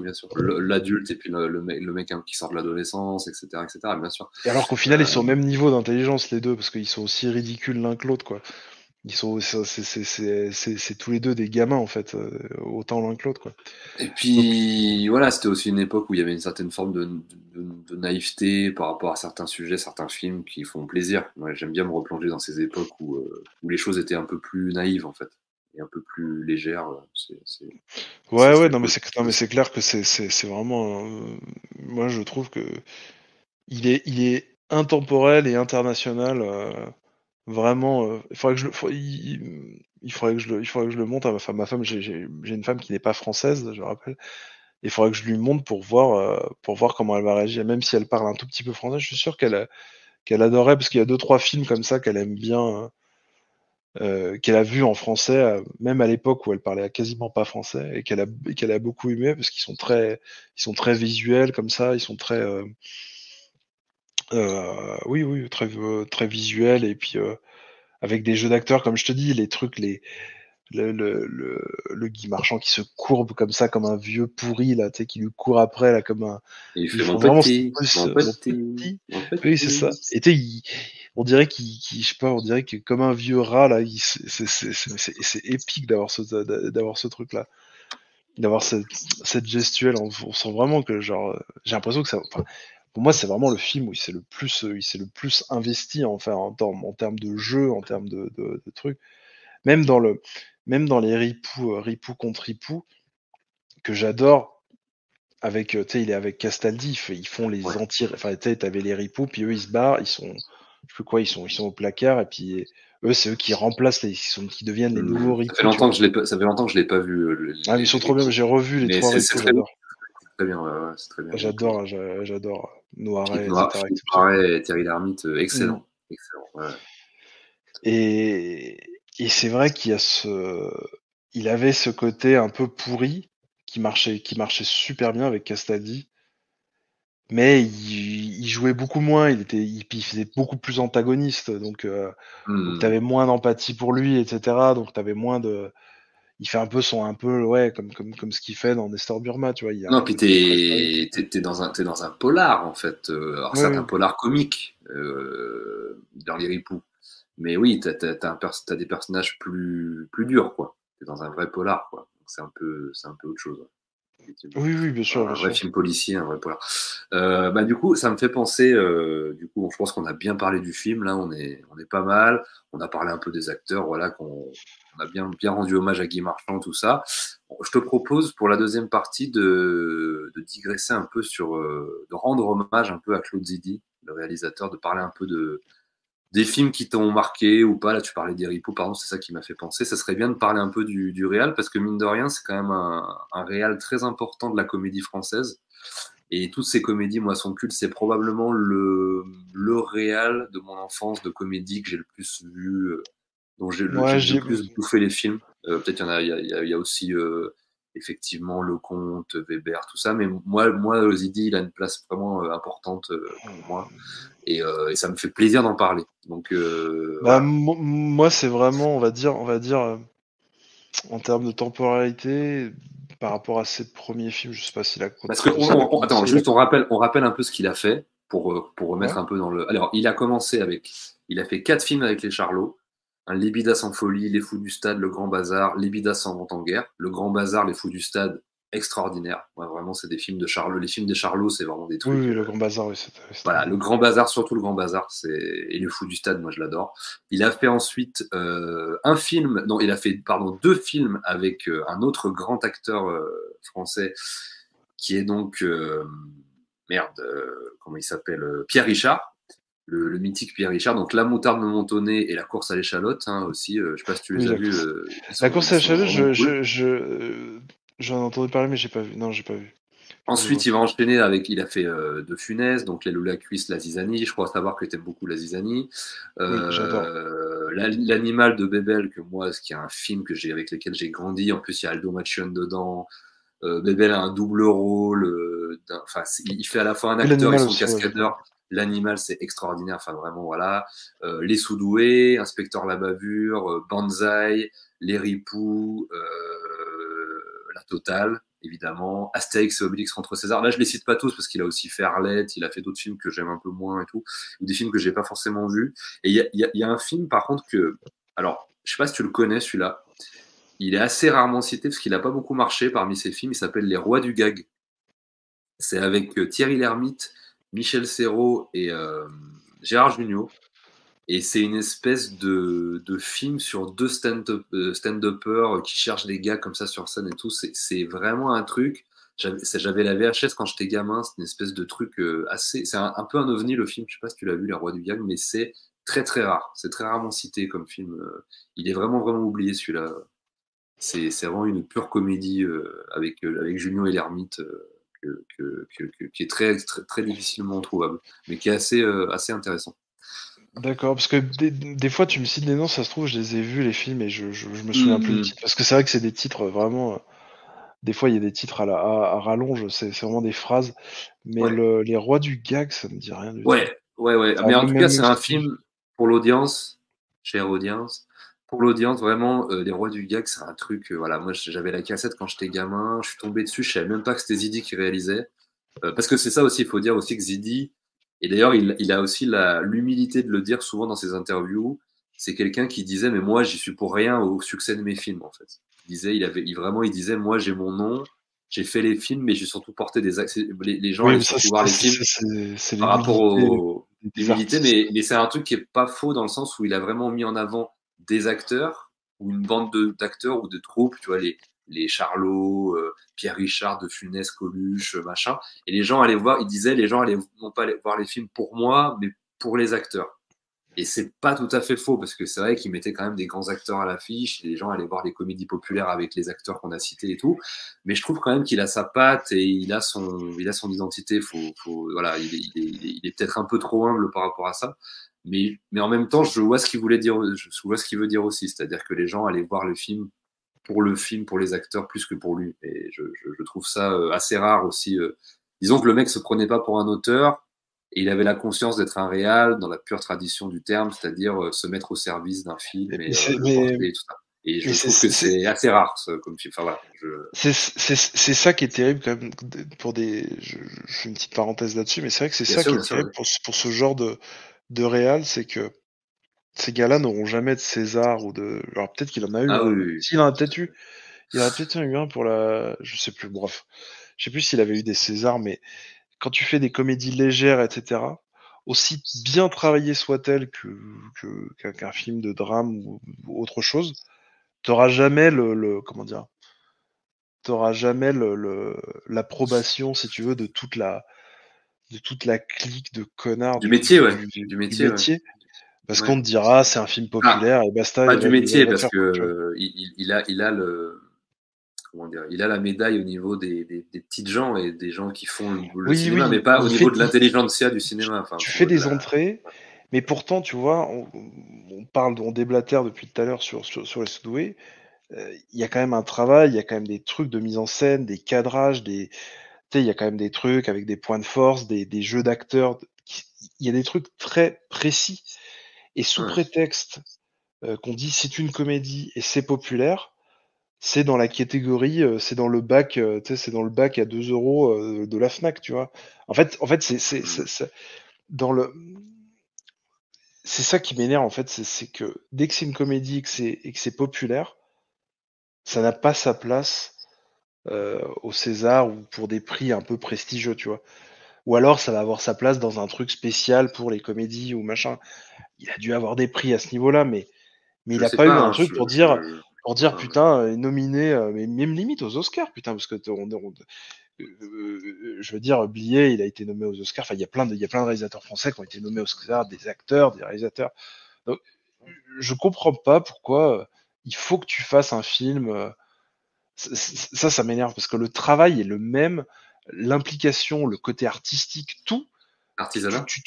Voilà, l'artisanat, tu caches, tu causes, ah putain, j'allais y arriver, tu coches toutes les cases, mais pourtant, vu qu'il y a le côté populaire, et ben ça t'élimine tout, tout se Ouais, dégringole, tu mais vois. en même temps, est-ce que Ça le m'énerve. César et toutes ces institutions et toutes ces récompenses n'est pas quelque chose Ah non, mais d'anti-populaire, tu c'est de la vois? merde, oui, oui, Est-ce que c'est de la c'est pas merde. quelque chose enfin pas de bourgeois parce que j'aime pas ce terme, mais de très élitiste et de très, tu vois, parce que souvent ces réalisateurs le disent aussi, ils s'en foutent un peu de la critique, ils s'en foutent un peu de l'intelligentsia, des prix, des machins, hein. Moi, c'est quelque chose que je suis pas beaucoup d'ailleurs, hein. Moi, tout Mais, ce mais, monde-là m'intéresse assez peu. Et je trouve qu'ils mais, ont raison de dire, finalement, c'est le public qui m'adoube ou les artisans du cinéma, ou les vrais cinéphiles, les mecs qui ont la. Tu vois, par exemple, Claude Zidi, il y a pas longtemps, il avait été interviewé sur la chaîne d'un réalisateur belge qui s'appelle Fabrice Duvels, qui est un réalisateur. Moi, je suis pas un grand fan de ses films, mais c'est un bon réalisateur. Et tu vois, il a quand même ce goût d'aller chercher. Il a interviewé Moki, il a interviewé Zidi. Tu vois, c'est quand même des mecs qui ont ce truc-là, qui ont cette fibre et qui n'ont jamais été appréciés vraiment de la critique ou des récompenses. Et je pense que c'est des mecs qui sont quand même appréciés des cinéphiles ou des gens qui connaissent un peu le cinéma et des trucs comme ça. bah, Et je pense que c'est plus en fait, disons, ce que je veux dire, c'est que c'est peut-être ça la vraie récompense, c'est d'être adoubé par la populace, par les gens qui aiment le cinéma ou par les gens qui aiment simplement se divertir. Ou, tu vois, la récompense, elle est peut-être à ce niveau-là. Peut-être qu'ils n'ont pas forcément de récompense de César, de machin, de Cannes, de trucs et tout. non, mais si tu veux, Ouais, c'est ce que je pense, hein. C'est ce que on je me sent dis. pas, en fait, on sent pas la reconnaissance du métier, mais je parle Oui, pour plein d'autres comédies, en fait. Je trouve ça triste. Je trouve ça triste que quand il y a un travail de fait, qu'on reconnaisse que, tu vois, il y a des trucs, il y a des costumes, il y a des musiques, parce que c'est vrai qu'on n'a pas parlé des musiques, mais les musiques sont trop cool, mais c'est des musiques, Claude Zidi, je vois souvent ce style de musique oui, c'est de l'accordéon un peu, en général, enfin, il c'est y a un peu de tout. c'est Ça fait euh, très c'est français à l'époque, ça fait très français cliché, tu vois. c'est Vladimir C'est assez Cosma, marrant. je crois, qui faisait les musiques souvent des films. Ah oui, peut-être, je ne connais pas du tout. Ouais, Mais ouais. voilà, il y a quand même un souci de plein de trucs, mais direct, ils sont décatégorisés de cette pseudo-lumière, on va dire. Mais je suis d'accord avec toi que c'est les films qui font le moins. D'ailleurs, ça, c'était une phrase qui m'avait marqué dans 10%, d'ailleurs, où il y a Guy Marchand aussi dans 10%. Mhm. il y a un moment, mais ça, Oui, tout à fait. il y a un moment où t'as Il est extraordinaire d'ailleurs. Hein. Il est Bah oui, non, très, mais très bien. il est parfait quand il, oui, bien sûr, quand il Ouais. fait le truc de perte de mémoire, etc. C'est trop drôle. Ouais. Et t'as un moment, t'as Camille Cotin qui va voir, enfin Andrea Martel qui va voir une productrice et qui lui dit ah mais tu devrais voir ce film. Elle a eu son précédent film, elle a eu 12 nominations au César, etc. Et la productrice, elle lui répond et 26 entrées. Et ça, je trouve ça, c'est vraiment ça en fait. Le truc, c'est que un producteur, si tu lui dis il y a eu des nominations au machin, il va trouver. Oui, Enfin, pour lui, oui, ça va tout pas à être fait. intéressant puisque si t'as 20 Mais entrées, et c'est souvent ces films-là qui ont moins d'entrées. bien Je veux dire, bien sûr. Mais Anatomie ça, d'une c'est chute, je sais pas si ça a eu non, beaucoup c'est de d'entrées. la... non, mais ça donne envie de chier ça. Mais oui, non, mais c'est pas pour faire mon mec anti-élite et tout, mais ça me casse les couilles, ça c'est un truc infernal. Je l'ai vu, hein, c'est infernal. Mais c'est l'éternel débat en fait entre, tu sais, le rapport avec la critique. En fait, tu vois, le cinéma populaire, le cinéma dit d'auteur ou dit de.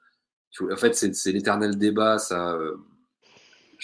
Moi, je crois quand même que je préfère les films populaires, de toute manière, hein, ça se voit sur ma chaîne Ah et oui, non, tout. mais bien sûr. Mais rien ne m'empêche d'apprécier un film adoubé par la critique et tout. Il y a plein de chefs-d'œuvre du cinéma qui méritent qu'on parle d'eux, mais c'est vrai que par moment, tu dis, est-ce que tu as envie de te faire adouber par des torches-cul, comme, tu vois, enfin, je vais pas citer parce que voilà, il y en a tellement que, ou par des mecs, tu vois, qui connaissent rien, ou qui n'ont aucune fibre populaire, ou qui savent pas ce que c'est que de faire un film, ou est-ce que c'est Ou qui tellement font des important de trucs te trop faire adouber conceptuels par ça? et trop contemporains. Parce que c'est aussi de l'art contemporain, touche aussi le cinéma. Des fois, t'as des trucs un peu, Oui, oui, alors un qu'avec peu chercheux. avec la comédie, c'est vrai qu'il y a un rapport à l'art classique aussi.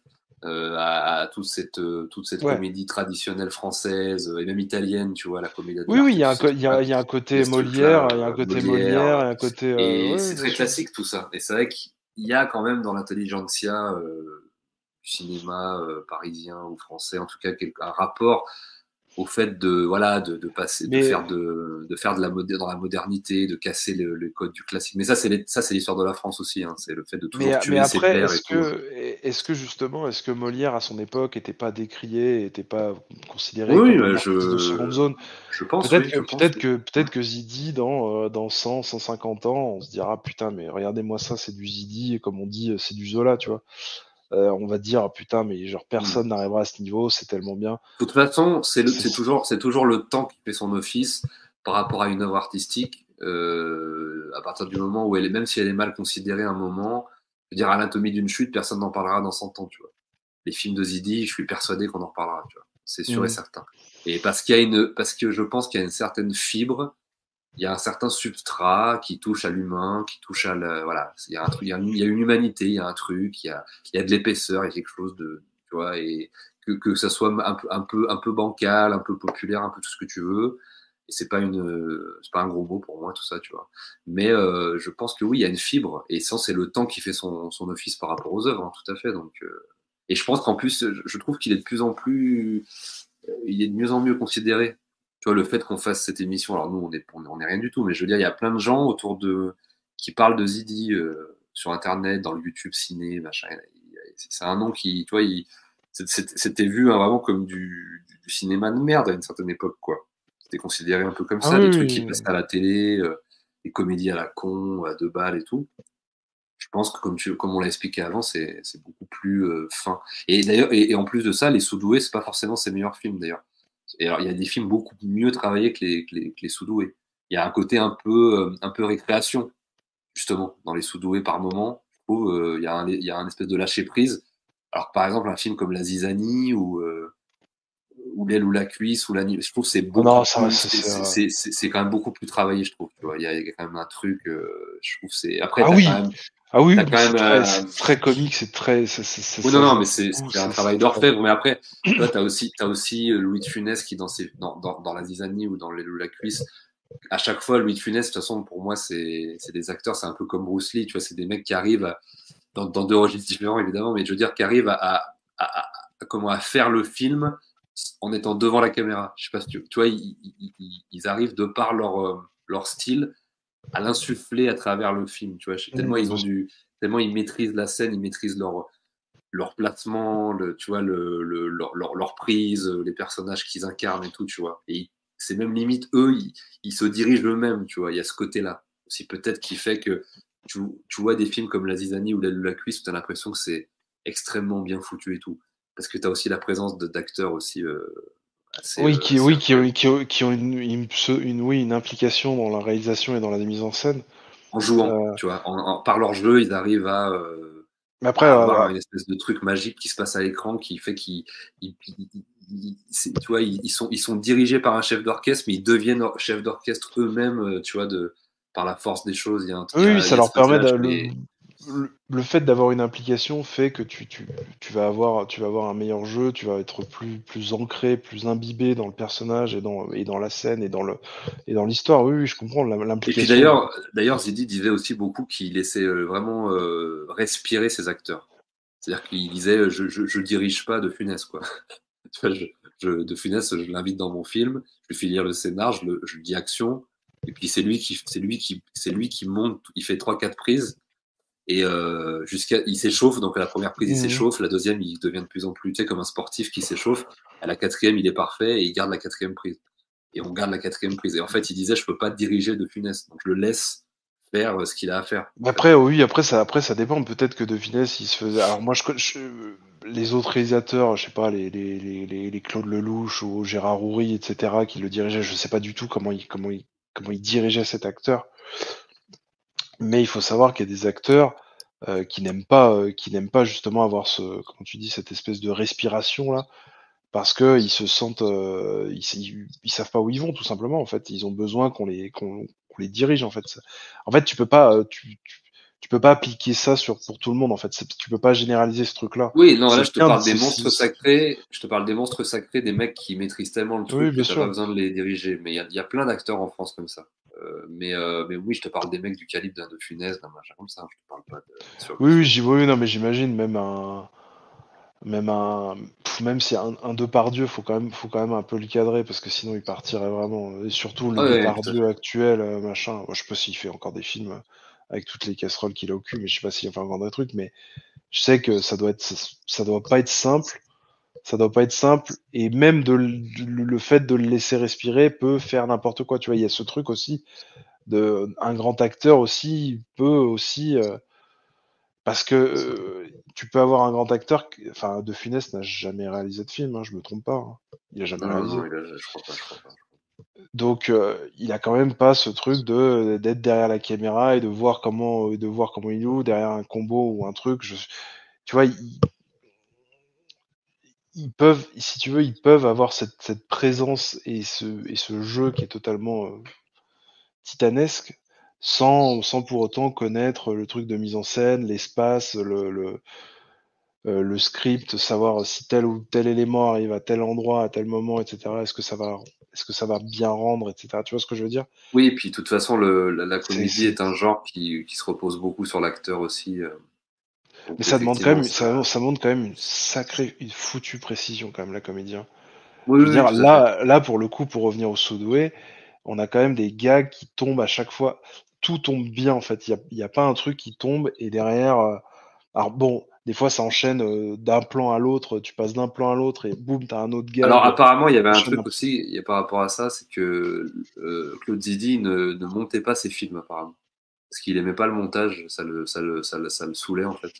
Et apparemment, il disait souvent que il laissait les monteurs en fait un peu faire ce qu'ils voulaient à chaque film en fonction du sujet. Oui, mais d'accord, mais je pense qu'il a quand même le comment dire le final cut, ouais, c'est ça, il dit quand même. Non, mais il regarde un peu de loin, mais je crois qu'il laisse beaucoup de liberté à ses monteurs. Il laisse de la liberté parce qu'ils faisaient ce qu'il avait dans l'idée, en fait. Et puis je crois qu'il aimait pas aussi, il aimait pas le montage, qu'il disait non, mais en fait, je revois toutes les conneries que j'ai fait sur le tournage. Et en fait, je vois tous les défauts et ça me fait chier, j'ai pas envie de les voir parce que comme tu parlais de combo il y a 2 minutes là, en fait, il disait putain, comme les Américains avaient des combos, nous on n'avait pas. Du coup, en fait, une fois que les images étaient envoyées, tu les revoyais 2 mois après en boîte de montage, quoi. Et tu disais merde, en fait, putain, je les ai ratés. J'aurais pas fait ça comme ça, tu vois. Et du coup, il y avait ce truc-là aussi qui faisait que c'est, tu vois, le côté un peu imparfait du truc. Ah, tu mais, vois. mais j'imagine comme ça doit être l'enfer de. C'est-à-dire que tu filmes un truc, tu peux pas le voir avant de. Ah oui, parce qu'il faut enregistrer. Oh là là, quel Ouais, enfer. Ah, ouais, ça c'est devait être ça. infernal. Oui, oui, bah oui, il C'est pour ça que des fois, tu faut peux pas pas se louper. toujours, voilà. Et du coup, il disait, bah non, le montage, tant pis, j'ai filmé ce que j'avais à filmer. Et puis, si le film est imparfait, ben au moins, ça le laisse un peu respirer. Et c'est pas faux parce que il y a plein d'imperfections dans ces films, mais je sais pas, moi, je trouve que le côté un peu respiration, le fait de laisser respirer et lâcher un peu prise, je trouve que c'est un peu son génie aussi au mec. Sans faire de la digression, tu vois, de comptoir. Mais je veux dire, il y a un truc un peu comme ça de lâcher prise, je trouve aussi, c'est pas des films lourds, comme dirait Céline, tu vois. Il y a un côté quand même assez léger à chaque fois, y compris dans le processus de fabrication, et que tu ressens. Du coup. De toute façon, si tu sais bien déléguer et que les éléments avec qui tu travailles, moi je sais pas s'ils changeaient à chaque fois de chef-op, d'ingénieur du Ouais, son, ça, je sais pas, ça, c'est possible. de scripteur, de mec qui faisait de scénariste, etc. S'ils gardaient toujours la même équipe, Ouais, c'est bah, possible. Ouais. un réalisateur, il peut laisser les mecs en roue libre et tu vois, je veux dire, s'il a toujours les mêmes monteurs, les monteurs, ils comprennent ce qu'ils font, etc. Si à chaque fois tu es obligé de faire appel à un nouveau prestataire qui comprend pas ton univers et qui comprend pas forcément ce que tu veux faire, parce que des fois tu veux faire un film, mais le gars va se baser sur les films que tu as fait précédemment, mais c'est peut-être pas forcément, tu veux peut-être rechanger, faire un autre truc, etc. Donc c'est compliqué. Moi, s'il a confiance en tous ces mecs, c'est comme, je sais pas, c'est comme un apprenti peintre ou un apprenti boulanger. Je veux dire, quand il a confiance en son apprenti, c'est comme si c'était lui qui faisait le taf, hein. Un peintre, c'est pareil. La plupart des peintres, toutes les peintures que tu vois sont peintes par des apprentis. Et le mec va donner son petit coup de pinceau final, etc. Mais la plupart sont des apprentis. Ça prend Bah, de toute un temps façon, monstrueux. Ils donnent les directives, etc.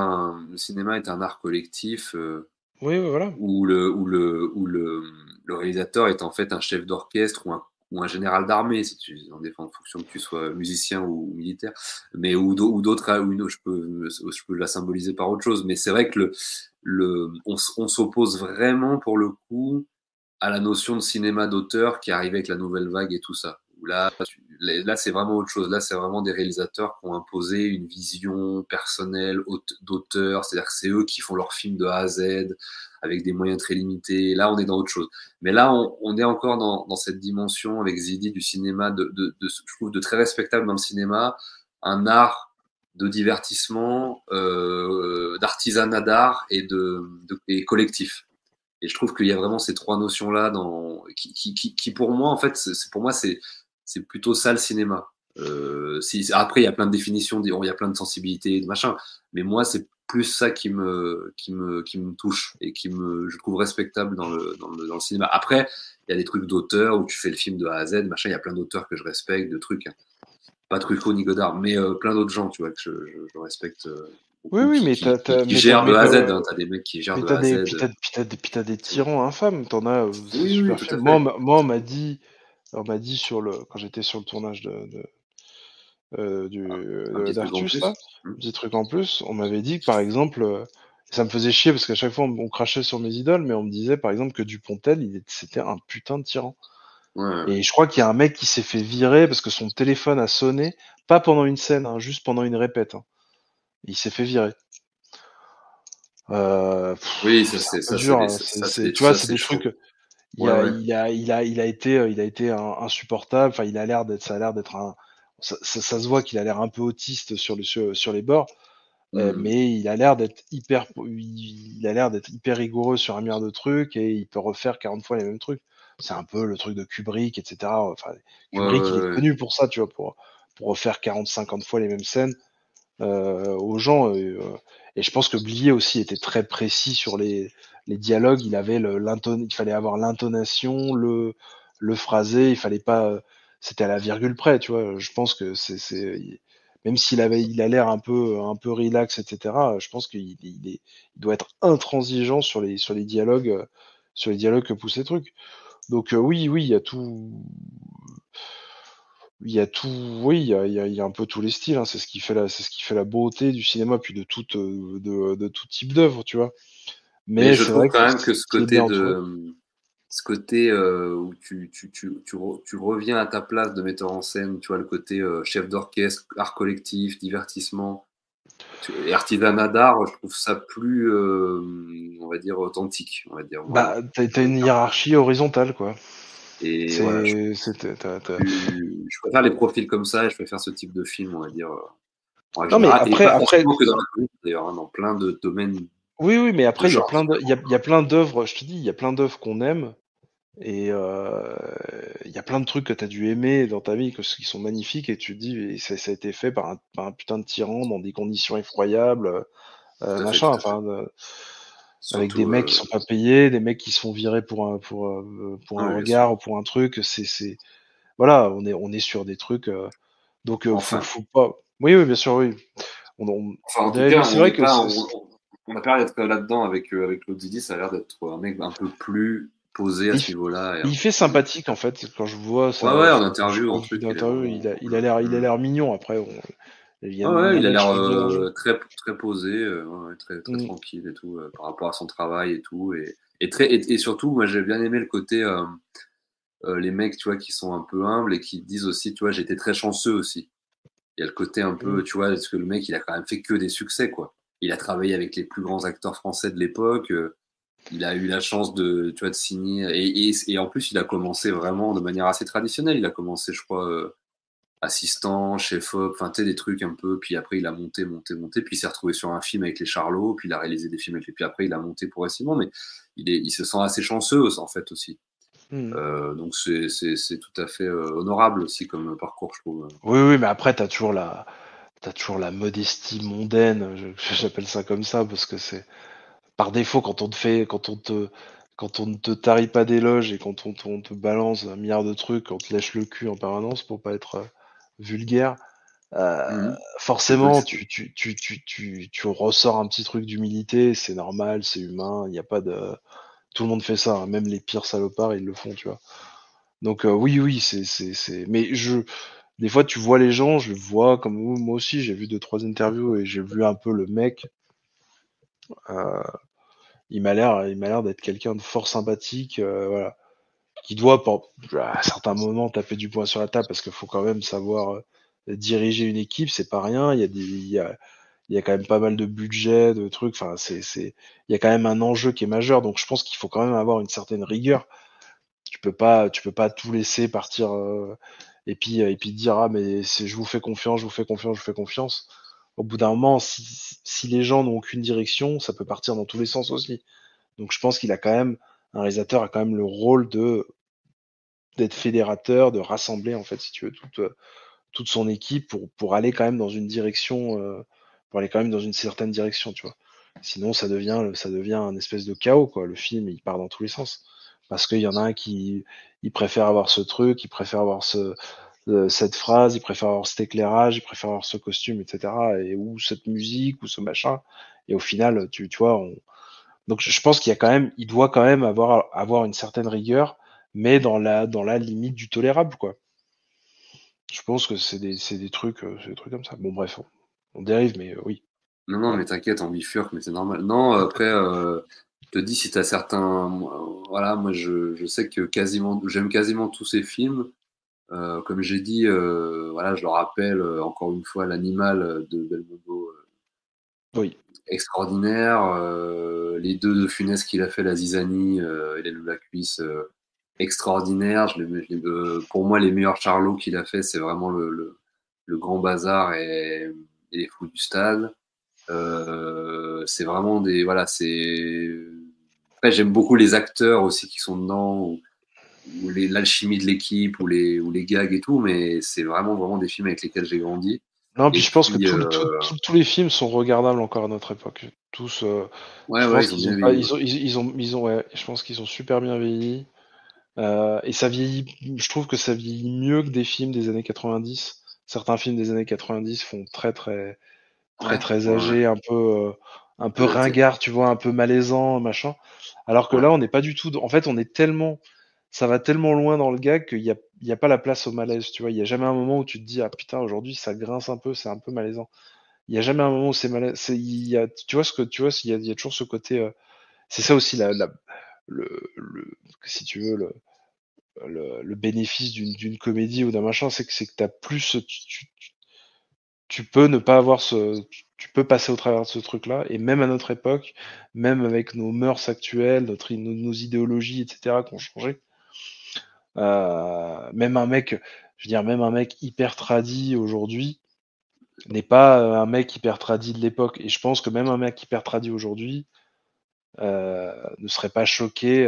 Enfin, non, qu'est-ce que je voulais dire? Non, c'est pas ça que je voulais dire. Même un mec qui était un peu, comment dire, qui était un peu rebelle de l'époque, etc., n'a jamais été choqué par ce film. Enfin, c'est un film qui a jamais fait de polémique ni quoi que ce soit, tu vois, à l'époque. Donc, et même aujourd'hui, c'est des trucs. Alors on peut sortir des polémiques sur pas mal de films, sur pas mal de trucs. Celui-ci, non. Celui-ci il est dans son jus, tout en étant toujours aussi drôle par les jeux d'acteurs, par les gestuels, par les trucs, par ce côté un peu cartoonesque qui nous manque de plus en plus parce que c'est quelque chose qui est très peu présent et qui est trop. Je trouve que les gags actuels sont très sont trop téléphonés, sont trop gros, sont trop gras, sans avoir cette petite folie. Je sais pas comment expliquer. J'essaye de faire le rapport un peu avec ce qu'on a aujourd'hui, par exemple Cocorico, de Claftar enfin avec Claftar et Udoé Bourdon, je sais pas de qui il est, je m'en fous d'ailleurs.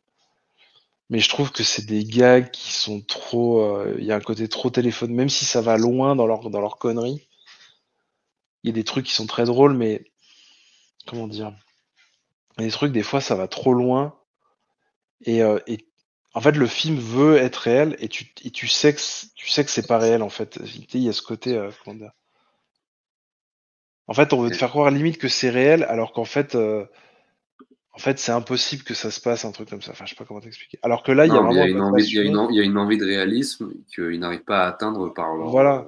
Parce qu'en fait, en fait, si tu veux, il y a une envie de réalisme et à la fois ils veulent faire du gag, mais le gag est tellement grotesque et machin qu'il est limite pas assumé en termes de gag. Alors que là, dans ce film, là, dans celui-là, direct, tout est assumé. Il y a un conteur, comme tu l'as dit, qui rappe une espèce de truc complètement improbable dès le début. En fait.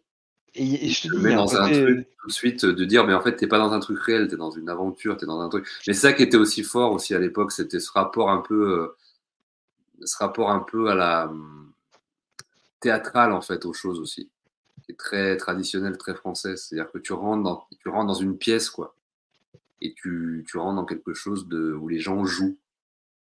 Je trouve qu'on a perdu ce truc-là en fait aussi. Oui, mais comme on dit, il faut pas jouer, il faut être. Mais c'est vrai que là, ça joue beaucoup et ça. Il faut jouer, il faut être les deux, tu vois. C'est-à-dire qu'il faut. Mais voilà, c'est ça. C'est du surjeu sans être faux. Voilà, c'est ça. Et ça marche hyper bien. En fait, si tu veux, ils surjouent tout en étant naturel. Enfin, je sais pas comment expliquer. Il y a un côté, on sent que vraiment ils sont habités par leur personnage. En fait, ils font un espèce de personnage fictif. Comme s'il était dans la vraie vie. Tu vois ce que je veux dire? Comme si eux étaient le personnage fictif. C'est-à-dire que tu ne joues pas, mais tu es quand même un personnage qui n'a aucun sens en fait. Tu vois, dans le monde réel. Tu vois ce que je veux dire? C'est cool. Je vais trop loin dans le truc. Mais oui. Ouais, bref. La fatigue commence à nous. Oui, et d'ailleurs, je vais conclure parce qu'on commence là, on a quand même fait presque 2 heures. Donc je pense que c'est pas mal hein, pour ce petit film de vacances léger. On a rendu hommage à Guy Marchand par la même occasion. On a parlé de Claude Zidi, donc moi j'en suis très heureux. Écoute, merci Anthony pour ta participation et de rien, c'est toujours un plaisir. Et écoute, on va vous laisser là-dessus. N'hésitez pas à redécouvrir la saga parce qu'il y a 2 films. Hein. Oui. Et il y a 2 films, donc Les Soudoués je crois même que ça s'appelle Les Soudoués passent le bac, je crois le vrai titre. Mais j'ai l'impression qu'ils l'ont renommé après. Je crois aussi parce que ou alors c'est peut-être une espèce de titre qui est rentré un peu dans la légende. Je l'ai vu ce truc-là, ouais, mais je crois que c'est vraiment Les Soudoués, hein, le premier le titre. Ils se sont dit Les Soudoués passent en la gare, ils se sont dit bon, on va mettre un sous-titre à celui-là aussi, comme ça. ça fera deux épisodes et il y aura pas de. Ouais, bref.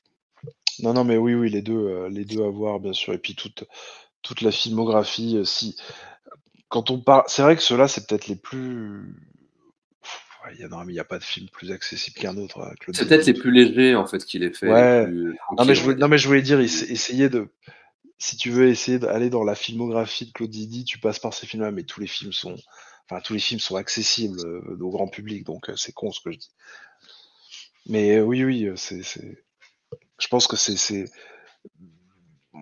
ça montre une légèreté, puis après on verra un espèce de style, un espèce de ressort comique qui sera récurrent dans pas mal de films. Même si c'est d'autres genres, il y aura jamais. On passera jamais du coq à l'âne avec ce réalisateur, ce sera toujours dans ce style-là. Voilà. Rien d'autre à dire. Je vais pas me rebalancer dans un monologue. Ah bah non, parce qu'on va repartir pour 1 heure. Donc en tout cas, écoutez, partez à la chasse à l'oursinette. Voilà, faites-vous repousser les poils, portez des gourmettes, chantez Destinée et partez en vacances si vous pouvez, sinon matez-vous les Soudoués. Allez, à bientôt, on vous embrasse. Bisous. Pendant que défile le générique, j'ai un truc à te dire, cher public. Alors cale-toi cool dans ton fauteuil et je t'explique tout en un clin d'œil. Mince, encore un retardataire. Fais gaffe ouvreuse, baisse ta lumière. Et là un pas content qui s'en va déjà. Il croyait voir un film de Marguerite Duras. T'as sans doute vu le premier Soudoué, là où ils devenaient tous bacheliers. Maintenant on retrouve tous ces glandeurs en train de nager en plein bonheur. Ils sont à une garden party, plutôt Neuilly que porte de Clichy. Il y a là Bébel et Graffiti, Zard, Gaëtan et Togo qui suit. Jouer sans se jouer sans ça. Viens en vacances, bonjour en vacances. Jouer sans se jouer sans ça. Viens en vacances, bonjour en vacances.